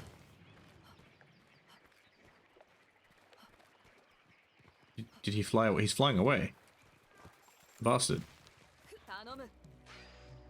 MBC. A medium black caiman.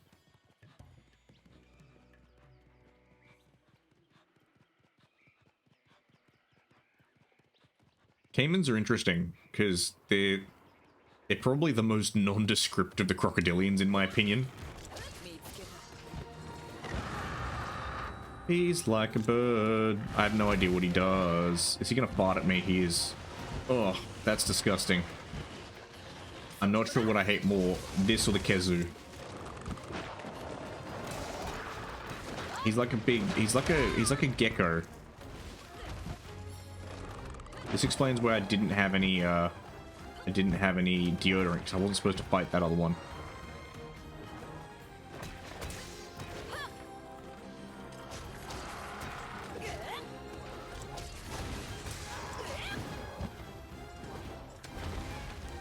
Disgusting.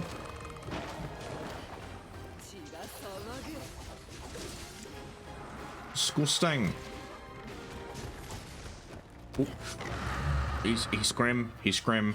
So he's like a frog and a gecko and just gross. Oh yeah, they're thick. They thick.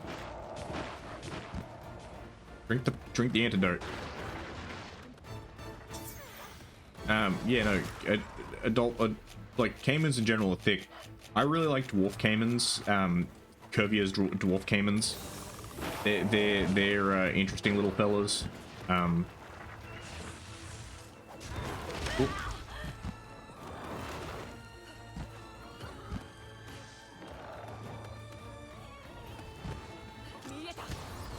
I see it. Oh, ah, damn it. How dare you do this to me?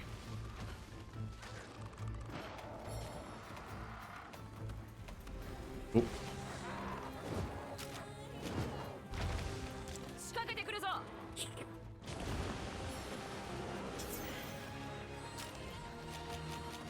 I'm getting better at using the wheel. Not great, but better.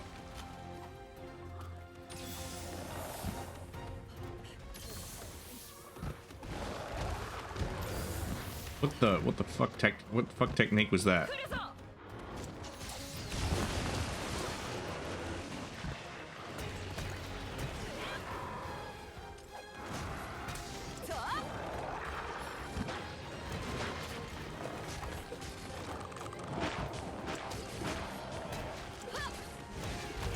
Plap, plap, plap, get kids, get kids. Oh!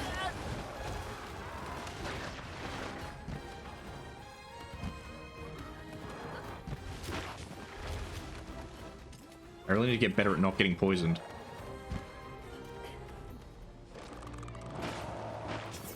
Nice. Oh yeah, crocodilians very much are not slow. If you want to be horrified at something sprinting, have a look at Cuban crocodiles. Green hell. Refresh my memory. What's green? Is it the Vietnam one? I'm trying to remember. As in Brazil, okay. Yeah, no, caimans are quick boys. But speaking of quick boys, yeah, check out Cuban crocodiles, because they're probably the fastest crocodilians. They gallop. Stuck in the middle of nowhere. Okay, cool. So it's the forest. Are we getting a fight? Are we getting a fight? Oh, how dare you scram? How dare you do this to me? We're getting a fight? Yes, we're getting a fight. That's what I like. Yes. Get in, son.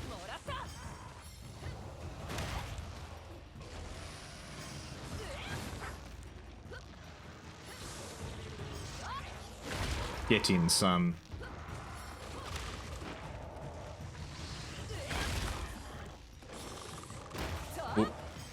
Oh, it's a three-way. Oh.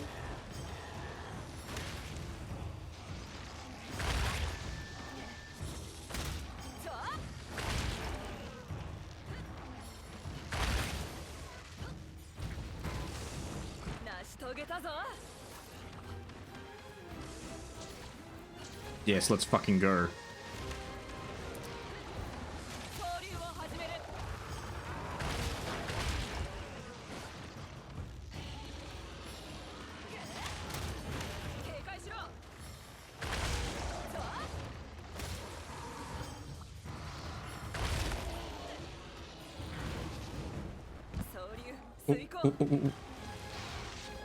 Dog, please.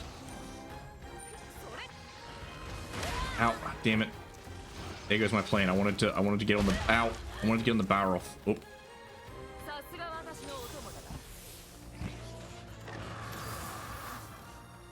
Hang on. Damn it, the Baroth is retreating. There goes my plan. I wanted to get on the Baroth and Give him an extra taste of that good shit. Ooh. Okay, he's departing. Very good. Oh, he Angie boy.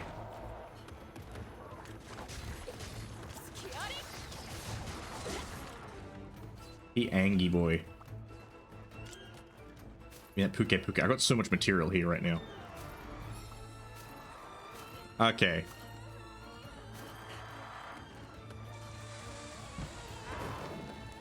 Is it based off of the game, the movie? Because I know, oh no, that was Green Inferno. That was Green Inferno, which was the garbage horror movie that was like horribly, in my opinion, horribly colonialist.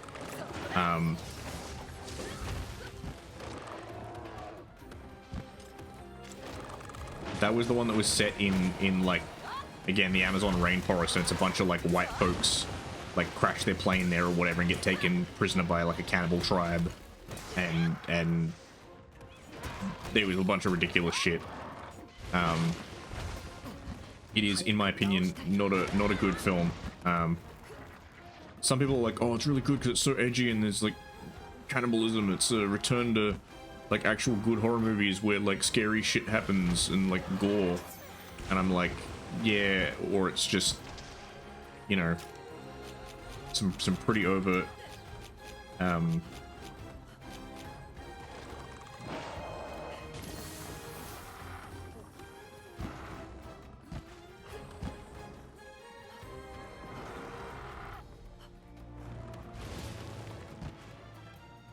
yeah, I don't know. I mean, I'm not a fan of like gratuitously violent deaths for no reason other than having gratuitously violent deaths. But it's one of those things where it's the same problem I have with Bone Tomahawk, where people go, oh, it's like, you know, it's such a gruesome death or whatever. Which, yeah, fair, it is gruesome and it is confronting in a way. But I still have a gripe with the fact that they essentially portray a particular culture as, you know, a what's the word?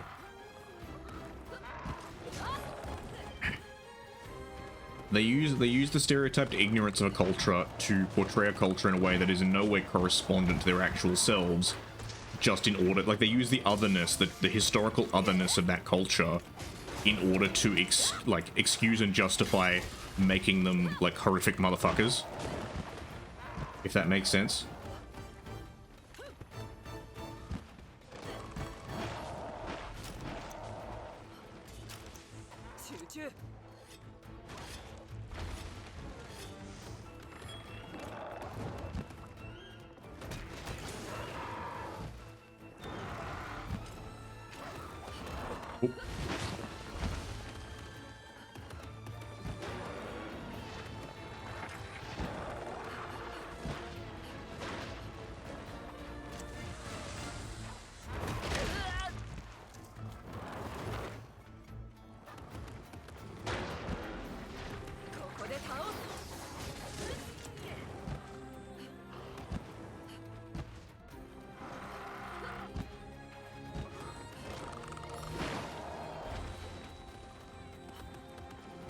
Yeah, no, again, I think Bone Tomahawk is good in that regard, in that, like, yeah, everyone in the film is pretty shitty. No, 100% agree with that take.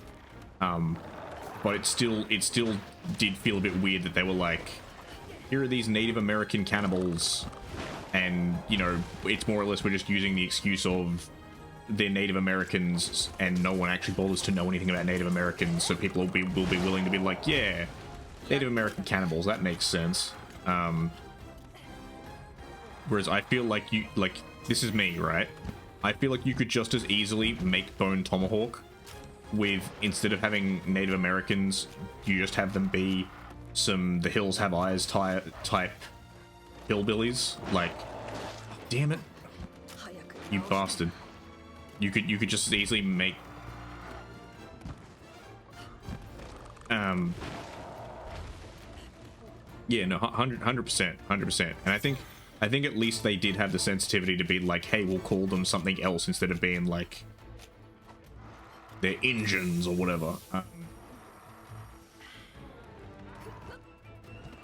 Yes, attack up. ターゲットの移動を確認。 Where's he going? 行くぞ。頼む。 But yeah, 100% agree that Green Inferno is hot trash.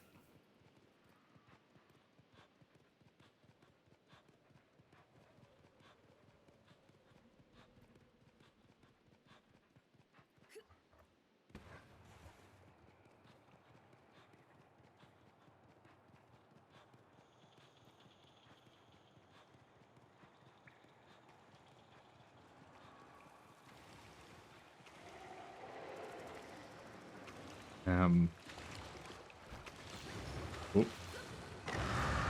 Whoops, I didn't mean to do that.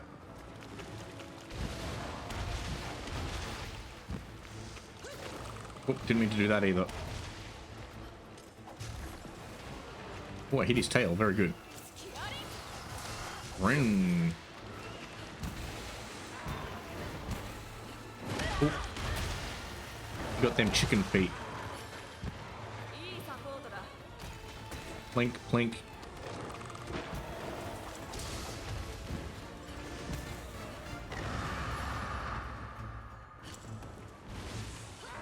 Yeah.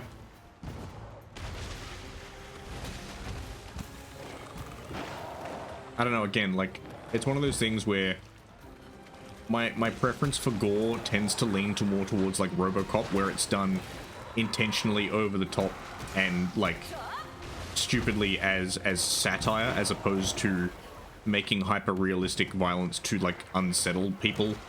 Because I think, let's think, like, I think it is natural to feel squeamish around, like, scenes of injury.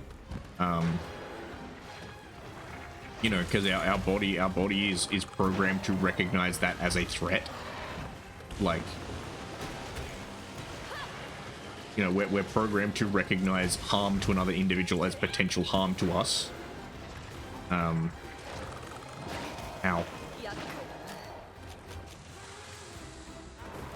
I wish antidotes didn't take this long to drink.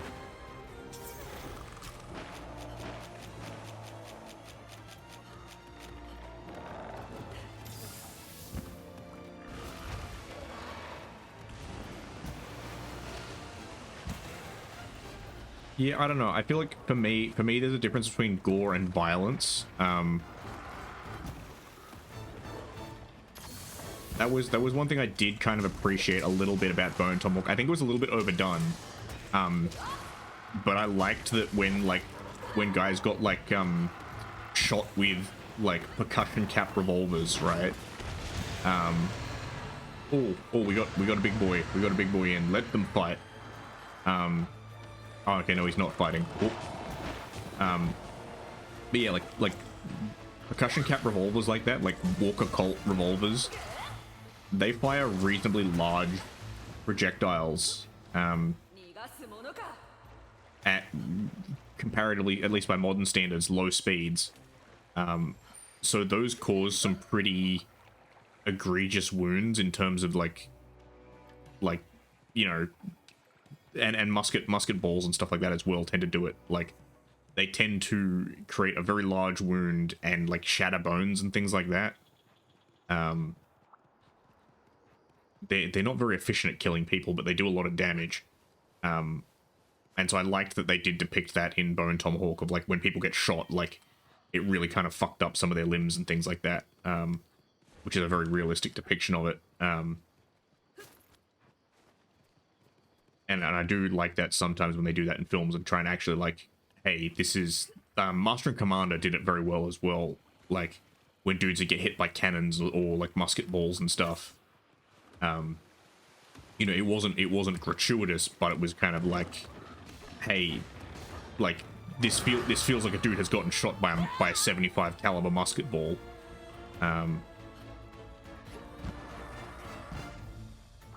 Okay, Puke material. Ooh, he's pukey at me.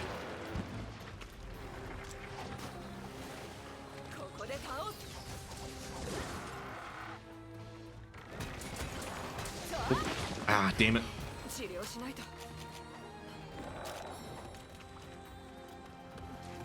Come on, come on, come on, come on. Drink the antidote, drink the antidote.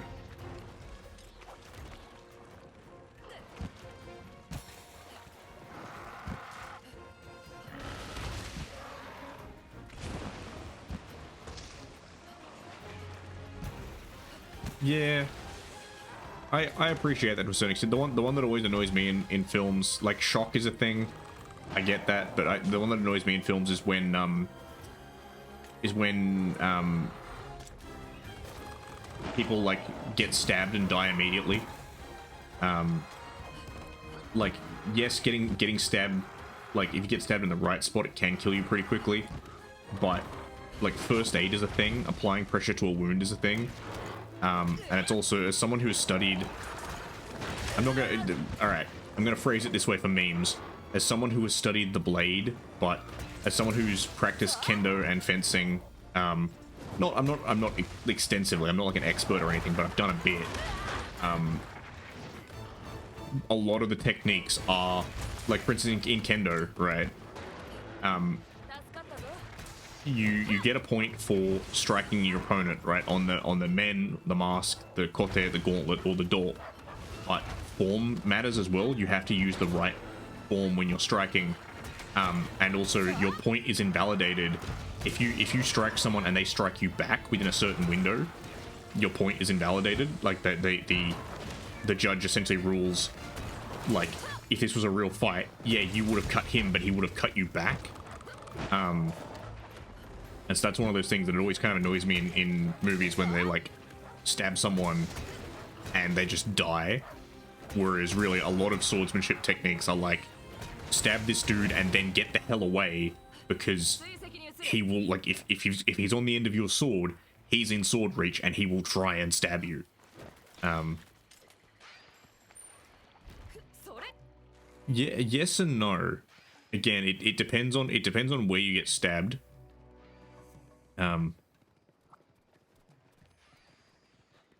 It's a funny thing. Humans are, well, it depends. Humans in general, one of humanity's great evolutionary traits is we're incredibly resistant to shock.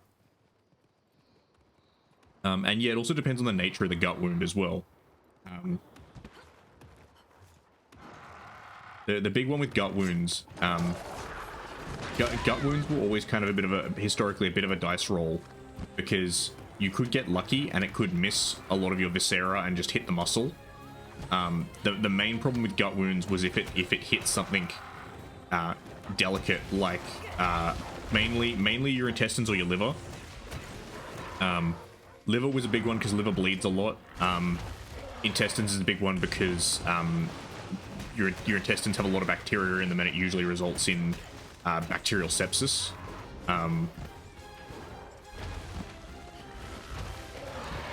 And again, like back in the day, they didn't have the antibiotics, or B, the medicinal capacity to perform fine surgery on things like the gut. Well, that was actually a thing. Being kind of chubby was actually a viable thing. So gladiators in ancient Rome, contrary to how the media depict them as being like absolutely fucking ripped and roided, gladiators were actually gladiators were often quite chubby. They had a layer of fat on them for that exact purpose of it basically meant that they could get cut, which they would do intentionally for effect, right? Like get cut so the crowd would go ooh, but it wouldn't actually injure them more than, you know, it is like wrestlers, how wrestlers will blade in order to impress the crowd. It's the same deal with gladiators.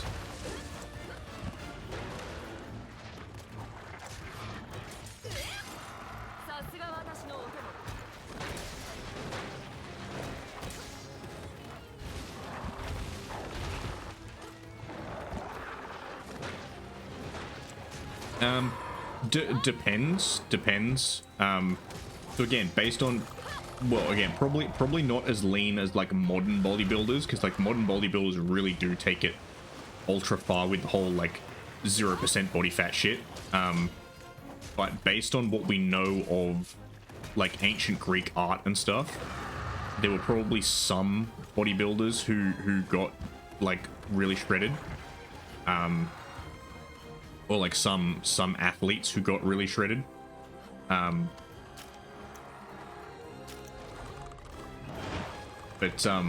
yeah, no, again, a lot of them definitely would probably have been just a more stolid build in general. But it's also some of that's the thing where it evolves over time. Like modern sumo are much more heavy set than historical sumo were. Historical sumo was still relatively heavy set, but they were not the level of hefty that they are now. Simply because there wasn't the food.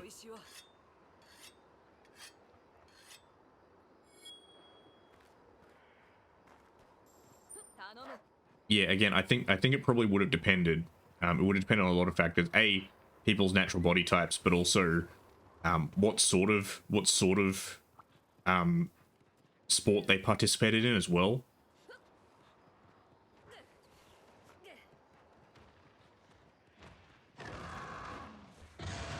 Yes, let them fight.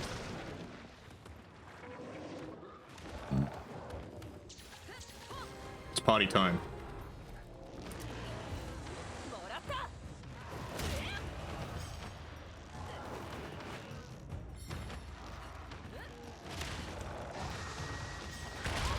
Yes, let them fight.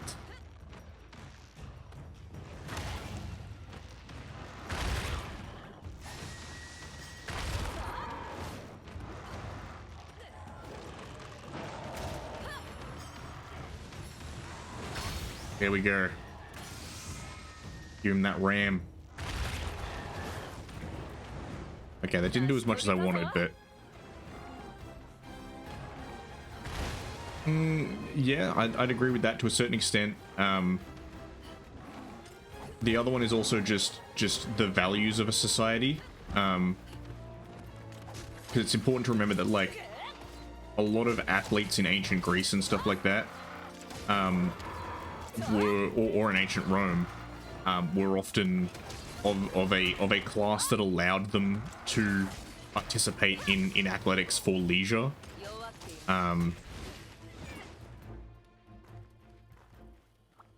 They weren't always. There were some, because I remember reading up about,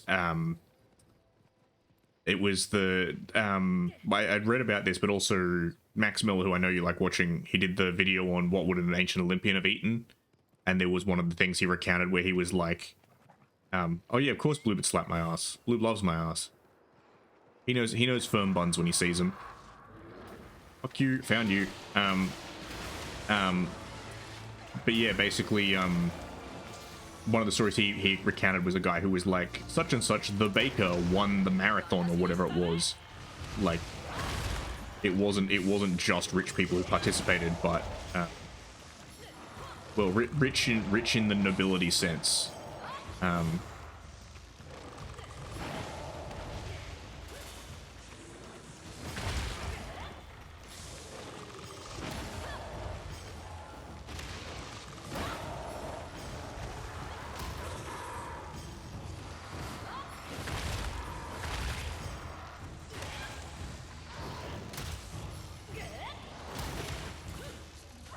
Oh, I fucked up.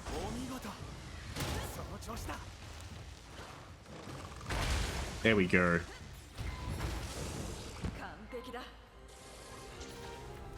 I didn't mean to ride this guy, but that's okay. Bonk. Get bonked.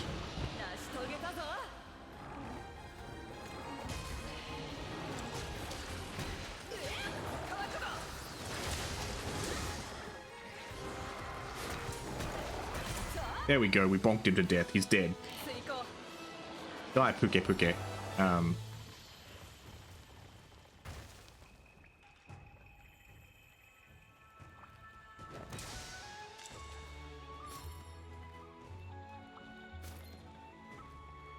All right, harvest your bones.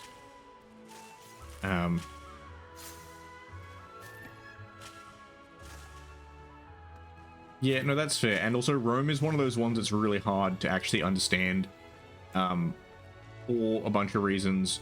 Again, part of it is the fact that Romans liked to write history from a perspective of, I pay you to write good things about my ancestor. So it was not always true. Often it was semi-factual but metaphorical.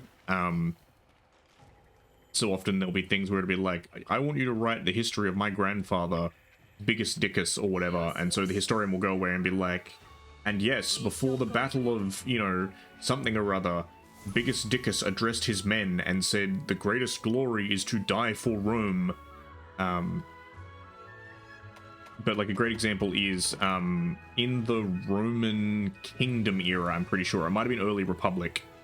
There was a time when Rome was attacked by barbarians. I believe they were Germanic tribes, but Rome was attacked by them. And there are two accounts of this. One of which is that the Romans essentially paid them to go away, right? Rome basically went, okay, how about you don't attack Rome? Here's a bunch of gold. And they left, right? The other account is that the Romans fought them and won. And the famous quote from it was, with iron, not gold, Rome buys her freedom. Which is an absolutely fucking badass quote. But again, it's one of those things of you gotta wonder, okay, which one actually happened? Did they buy them? Did they pay them off and then write the history afterwards saying, hey, we won this fight, we didn't pay them off? And the other thing as well is, again, there are multiple Romes. There's the Kingdom of Rome, the Republic of Rome, and then the Empire of Rome. And then, of course, the Eastern and Western Empire. So it all, like, changes up a fair bit in terms of the cultural expectations and the other things going on. It's why it really annoys me when people are all like, reject modernity, embrace tradition, you know,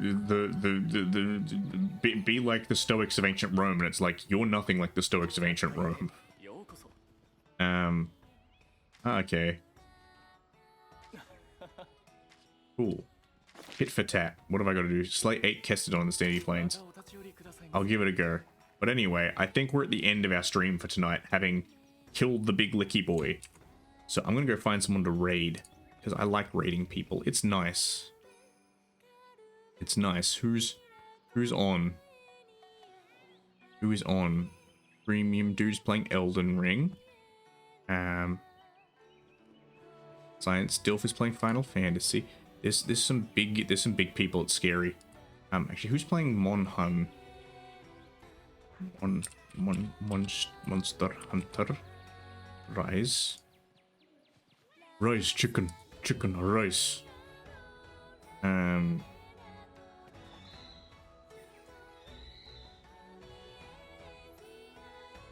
right, let's find someone.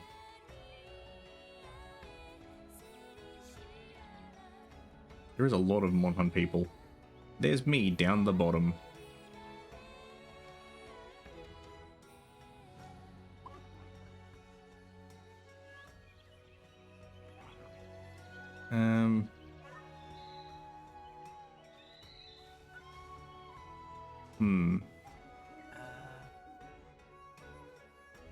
Yeah, let's go see Freemium Dude. I think that's who we'll see. Alright, raid.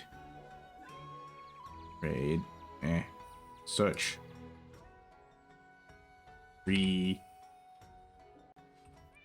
Premium. Alright, I'm gonna send you to see Freemium Dude. Be good. That means you, Avatar. And we'll be back tomorrow. I don't know what I'll be doing. I'll figure it out. As usual. We make do. We figure it out. We I don't know. Anyway, I'll see you there. Bye.